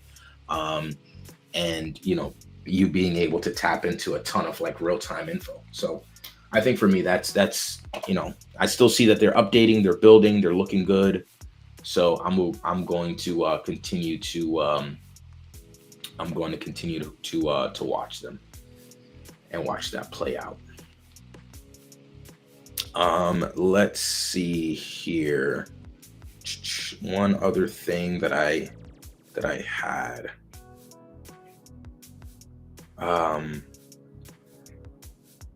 So you said, let me see here, IQ and Trencher. So let's go back to Any other tickers? Now's a good time to drop them in chat or tag me on X. And hopefully my my audio is good. Yeah, you're good. Solid. Let's see what you got. Okay, old ticker coming back.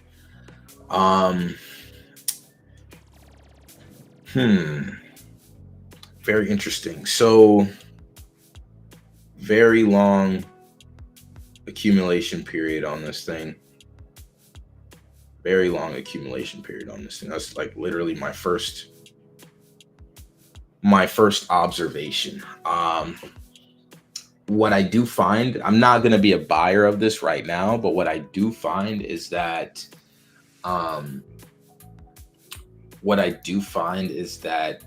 charts that go sideways eventually go up, because sideways is, again, accumulation, meaning someone was accumulating, someone is taking supply off the market.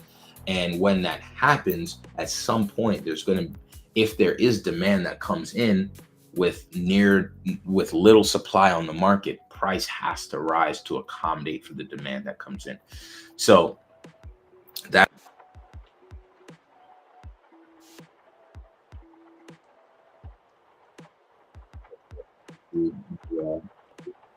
Hey, Chill. You just cut out there. I don't know if you can maybe reset your mic or just died. So there you go. I reconnected. But yeah, so sideways accumulation at some point, if demand does come back, that means that it could take off. But this is IQ. It's kind of like an SPX beta type of play from what it looks like. So if something like SPX starts going off, maybe it does. but it's more of a it's more of a long shot to me because this isn't like in any huge narrative right now. Um, but maybe it could be a good narrative in the future. So that is IQ. That's my take on IQ.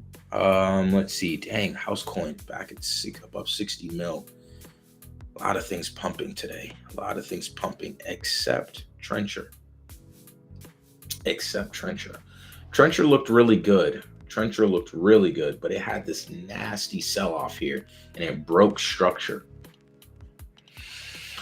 So I'm not sure. I'm not sure what to think of Trencher here. It's holding. So let me I'm actually just gonna chart a little bit just live on stream.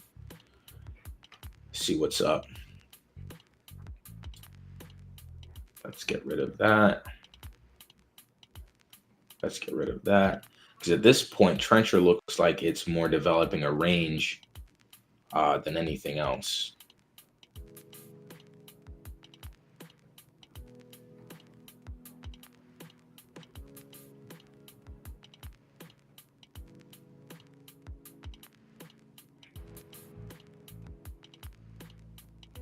Okay. Yeah, Trencher looks like, I guess that's a better look at Trencher. It's developing a range. But what you want to pay attention to, though, is what is running in this market. Keep in mind, Sol just reclaimed 160. BTC is in the process of reclaiming 100K. ETH is reclaiming 2K. You got some assets that are at some really nice levels right now. So what you want to see is reaction from the market. This is not giving me a good reaction. So while it is at the bottom of the range, it's not giving me any confidence. Let me show you a different chart, though, of what a reaction should look like. This DRA. This is what a reaction should look like. A clean, down move, a clean move to the downside along with the rest of the market. But when the market is starting to flip and reclaim some key levels, you see it starting to break out of this wedge. And it looks really strong. Yes, it might be a slow cooker, but this chart looks a lot stronger than Trencher, unfortunately. So what I want to see from these memes, instead of jumping ahead and taking a risk and saying, oh man, yeah, like I think this will come back, I'm just going to jump right in, blindly just kind of like bidding the chart. I want to see that the chart is actually making a move. I want to see that the chart is looking good before I jump in. I don't want to assume that it will do so eventually, because with that requires more belief, requires more faith in the community. Maybe when TG Metrics kind of comes out with their full-on dashboard and everything, and we can get like a good view of sentiment from a data standpoint, maybe we can sort of more accurately judge the vibes of the community to give us more data to stand on. But when we're just looking at the chart, there's a ton of memes out there that look strong, man. Now it's not just one, right? So don't limit yourself to just one. So maybe the Trencher thesis is still there, but maybe it's just taking a longer time to play out. But while we wait for the setup on Trencher to look a little bit better, I don't mind this setup here. Or even if you don't like this setup, maybe you like this setup here on AI Slop. Again, showing strength along with the market, right? Moving along with the market. Again, might not be a buyer here because we're at the top of the range. I want to see it break out before I buy. But, showing some strength alongside the market. Another one.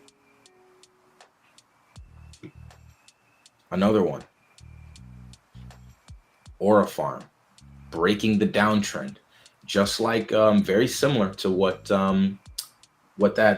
DRA was doing.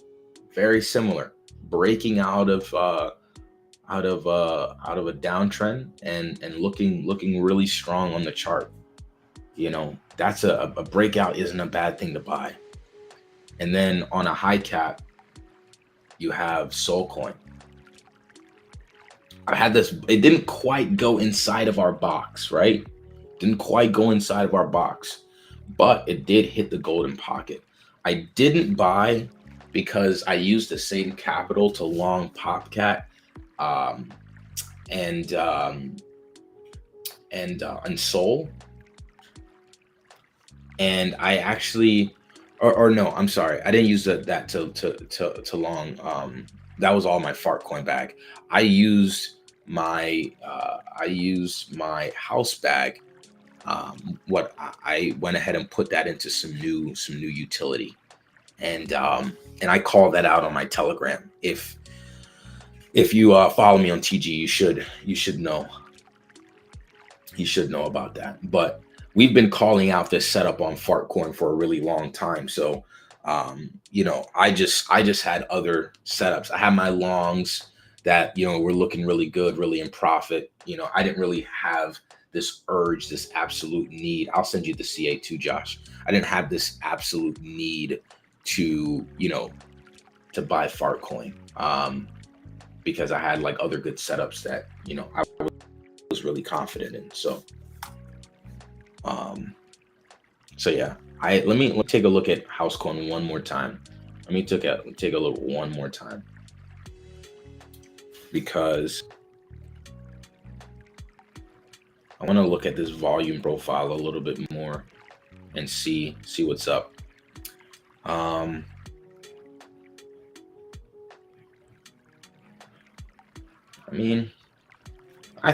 think we still take a shot at the golden pocket. Let me see something real quick. Let me just.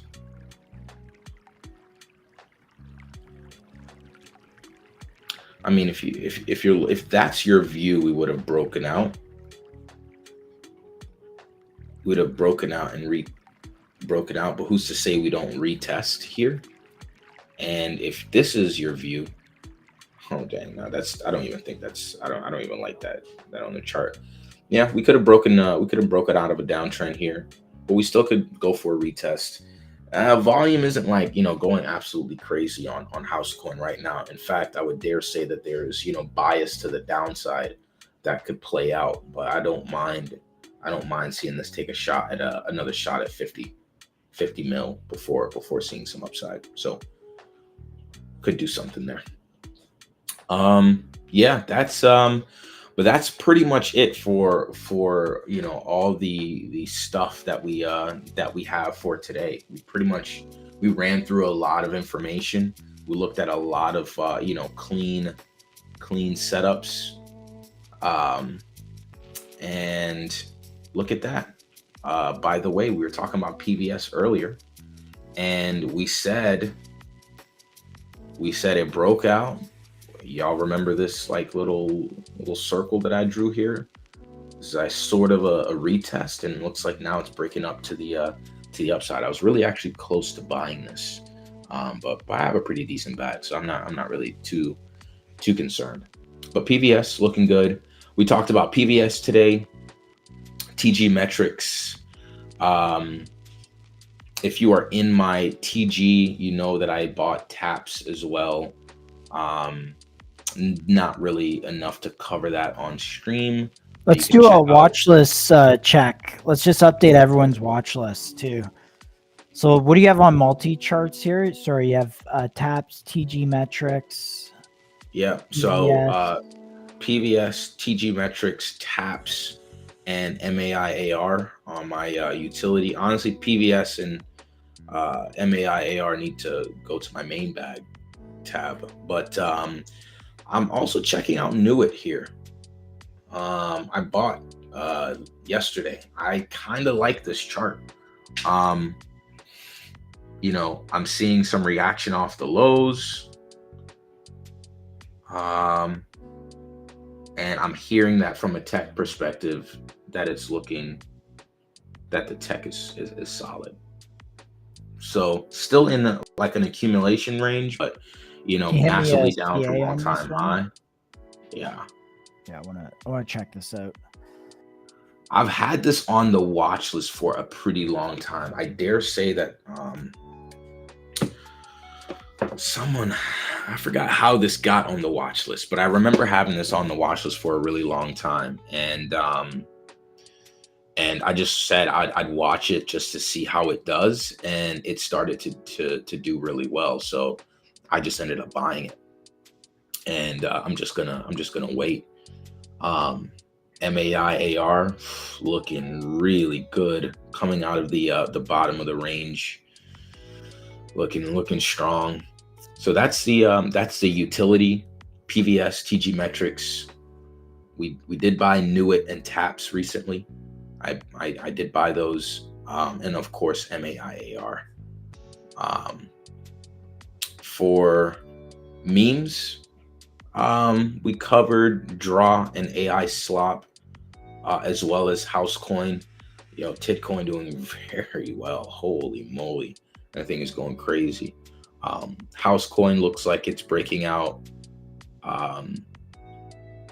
Aura Farm breaking out. DRA breaking out. A lot of stuff breaking out here. So good stuff on memes. But right now, my bet for memes is on Draw right now. My bet for memes is on Draw. Beyond that, what else do we have? I think that's it. We have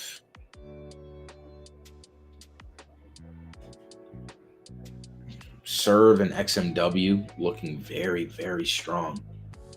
Looking very, very strong. I was actually going to chart this on XMW the other day, but it looked like a nice little bull flag sort of formation. Looking really good, really strong on XMW. Serve, my goodness, we've been talking about Serve since these levels down here. I was a buyer of Serve over here, but looking very, very nice. Looking very, very nice. We covered Ray on Monday, and I told you that this zone here was a good buy. This zone below 45 mil. I told you that was a buy. Now we're back above 50, so that's showing a lot of strength.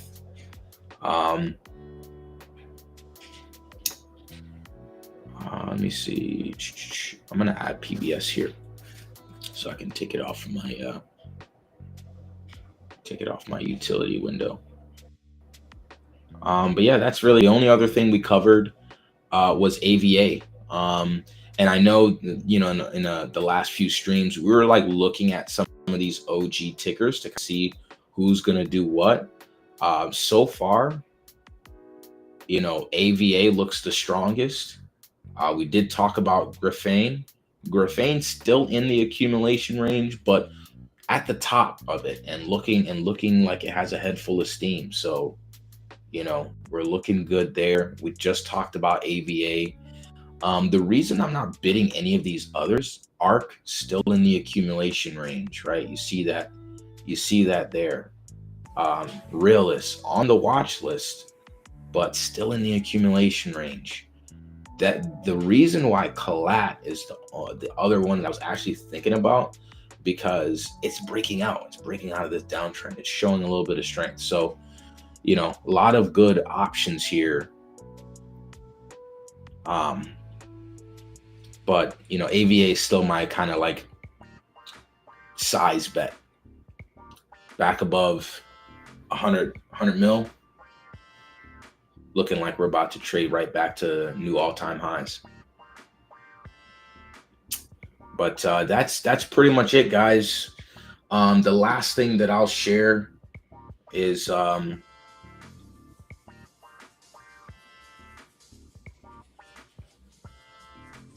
just my perp setup. I took a ton of profits during the stream today. I'm not even gonna lie. Probably profits that I otherwise would have waited on, but who cares? The market was just I mean, that pump was ridiculous. Um, we saw BTC, make its move to 100K. Earlier in the stream, I already said that, look, around 102K, I don't know, maybe we get some consolidation, maybe who knows what we get, but we are well into our range. Our thesis off of this bottom was, hey, look, this is the bottom. We're going to trade up. After we broke out, we said, look, during the bottom, we started taking some positions. During here, we started adding to them. We're getting more. We're getting more bullish. After the breakout and consolidation, I said blatantly bullish on Twitter. And now we got this huge move up. I said we're consolidating, maybe a dip, and then we rip. We got the consolidation and we ripped. We're now in the range. We got way more than we asked for on a high time frame. We got our bottom, we got our breakout, and we got our range reclaim.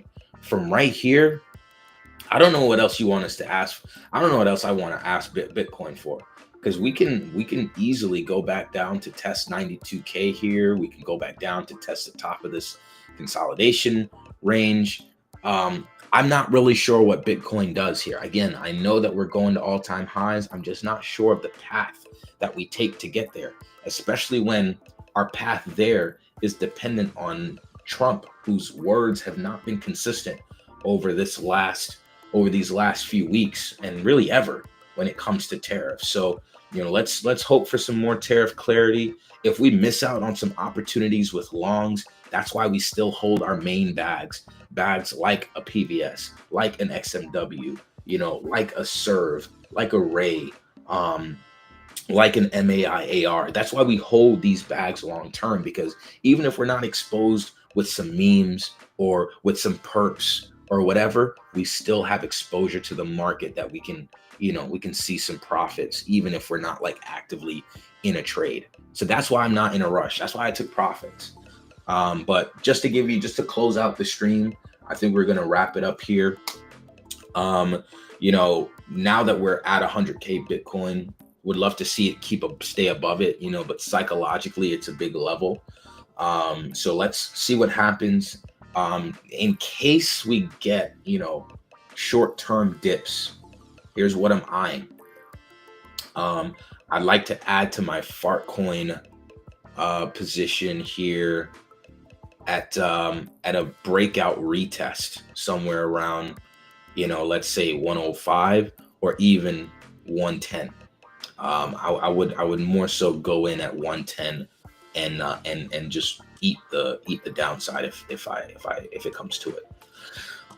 Beyond Fartcoin, Popcat. Again, would love to see, we talked about this, would love to see it come back down and retest 45. That's where I'm a buyer, but ultimately would love to see it retest 40 cents, and I'll get long again. But I'll probably get long at 45 cents. It doesn't look like this market, if it does provide any dips, I feel like it would be shallow. And then AIXBT, coming up against Clear, was going into some resistance at like 20 cents or so. That's where I closed out my long. So, let's see what it does here now that it's broken out, but we got the move correct. We got profits. I basically, doubled my bag already. So I'm not really in a rush. For anything. Like my port here on Hyperliquid is doing just fine. But that's what I'm looking for. I don't know if I'll get back in. I'll see what AIXBT does. If it goes down for like a retest or something, I'll definitely be long again. But I'm more so looking at Popcat and Fartcoin here. That's where my area of interest is. And then Hyperliquid, looking very, very clean, especially on a high time frame. Look at this thing. Looking very clean. The top of the range here is $28. But who knows what this does. I think Hyperliquid is a good, barometer for the entire Solana ecosystem. It's a good reflection of how well the ecosystem is doing, and has good tokenomics, has a great product with a lot of adoption. So, expecting this to trade higher, but I'll look to get long at some point if it does retest 20 cents. But even to catch the meat of the move, I could just blindly long here, but not rushing into any trades. I want to see what Bitcoin does first. So all eyes on Bitcoin. Got our trade setups. We have what we're looking for over the next couple of days. We have our long-term holds for exposure to the market, just in case something happens that we're not expecting. Beyond that, bros, appreciate the support today. Look, we're at 900 viewers on my side of the stream, and then on. Oh, geez, I think that's is that a new all-time high? No, it's not. No, we're at a combined 1,050. I gotta actually check YouTube. Let's see, because randomly we're on YouTube. I gotta find a way to kind of promote YouTube as well. To help build that out, but not sure how to do that yet. So if anyone has any content production ideas, like please let me know. I'm all ears. Yeah, man.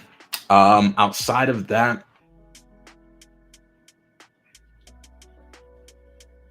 I'll give it a look. Outside of that, that's pretty much it, man. I will be on vacation until Tuesday, Wednesday next week. Honestly, the worst time probably, as it turns out, to take vacation, because we're just now reclaiming 100K, or who knows, maybe it could be the best time if we end up pulling back and cooling off a little bit over the weekend. But let's see. But I won't be as active. But I'll still kind of try to keep a loose tab on things. Outside of that, though, keep up with my TG. We'll see what we cover. We'll see what we cover there, and I'll be back next Thursday for another stream, and pretty much we'll be back to our normal schedule after next Thursday. But appreciate you guys listening to us yap yet again. All 1,050 something of you, or 60 something at this point. Appreciate you guys for tuning in. Next stream, we're gonna hit all-time highs, so make sure that you are following. You are got notifications on for some of these. You're picking up the replies I'm putting in and sharing them with communities, so your respective token communities can get a view on projects that we're talking about. All those things grow the stream and also help things that y'all put into the chats. All right. Like at the end of the day, you're growing your own audience through us. Right. So if you're here dropping tickers and our stream's getting 3,000 people, now 3,000 people are seeing your ticker that potentially you may or may not hold. So we want to grow this thing. So help us do it. We need the help. Absolutely, man. Absolutely. Appreciate you guys for tuning in. We'll see you all next Thursday for another stream. Between now and then, who knows where we'll be. But stay sharp, stay active, and I'll see you guys either on Twitter or in Telegram. Enjoy your vacation, bud. See ya.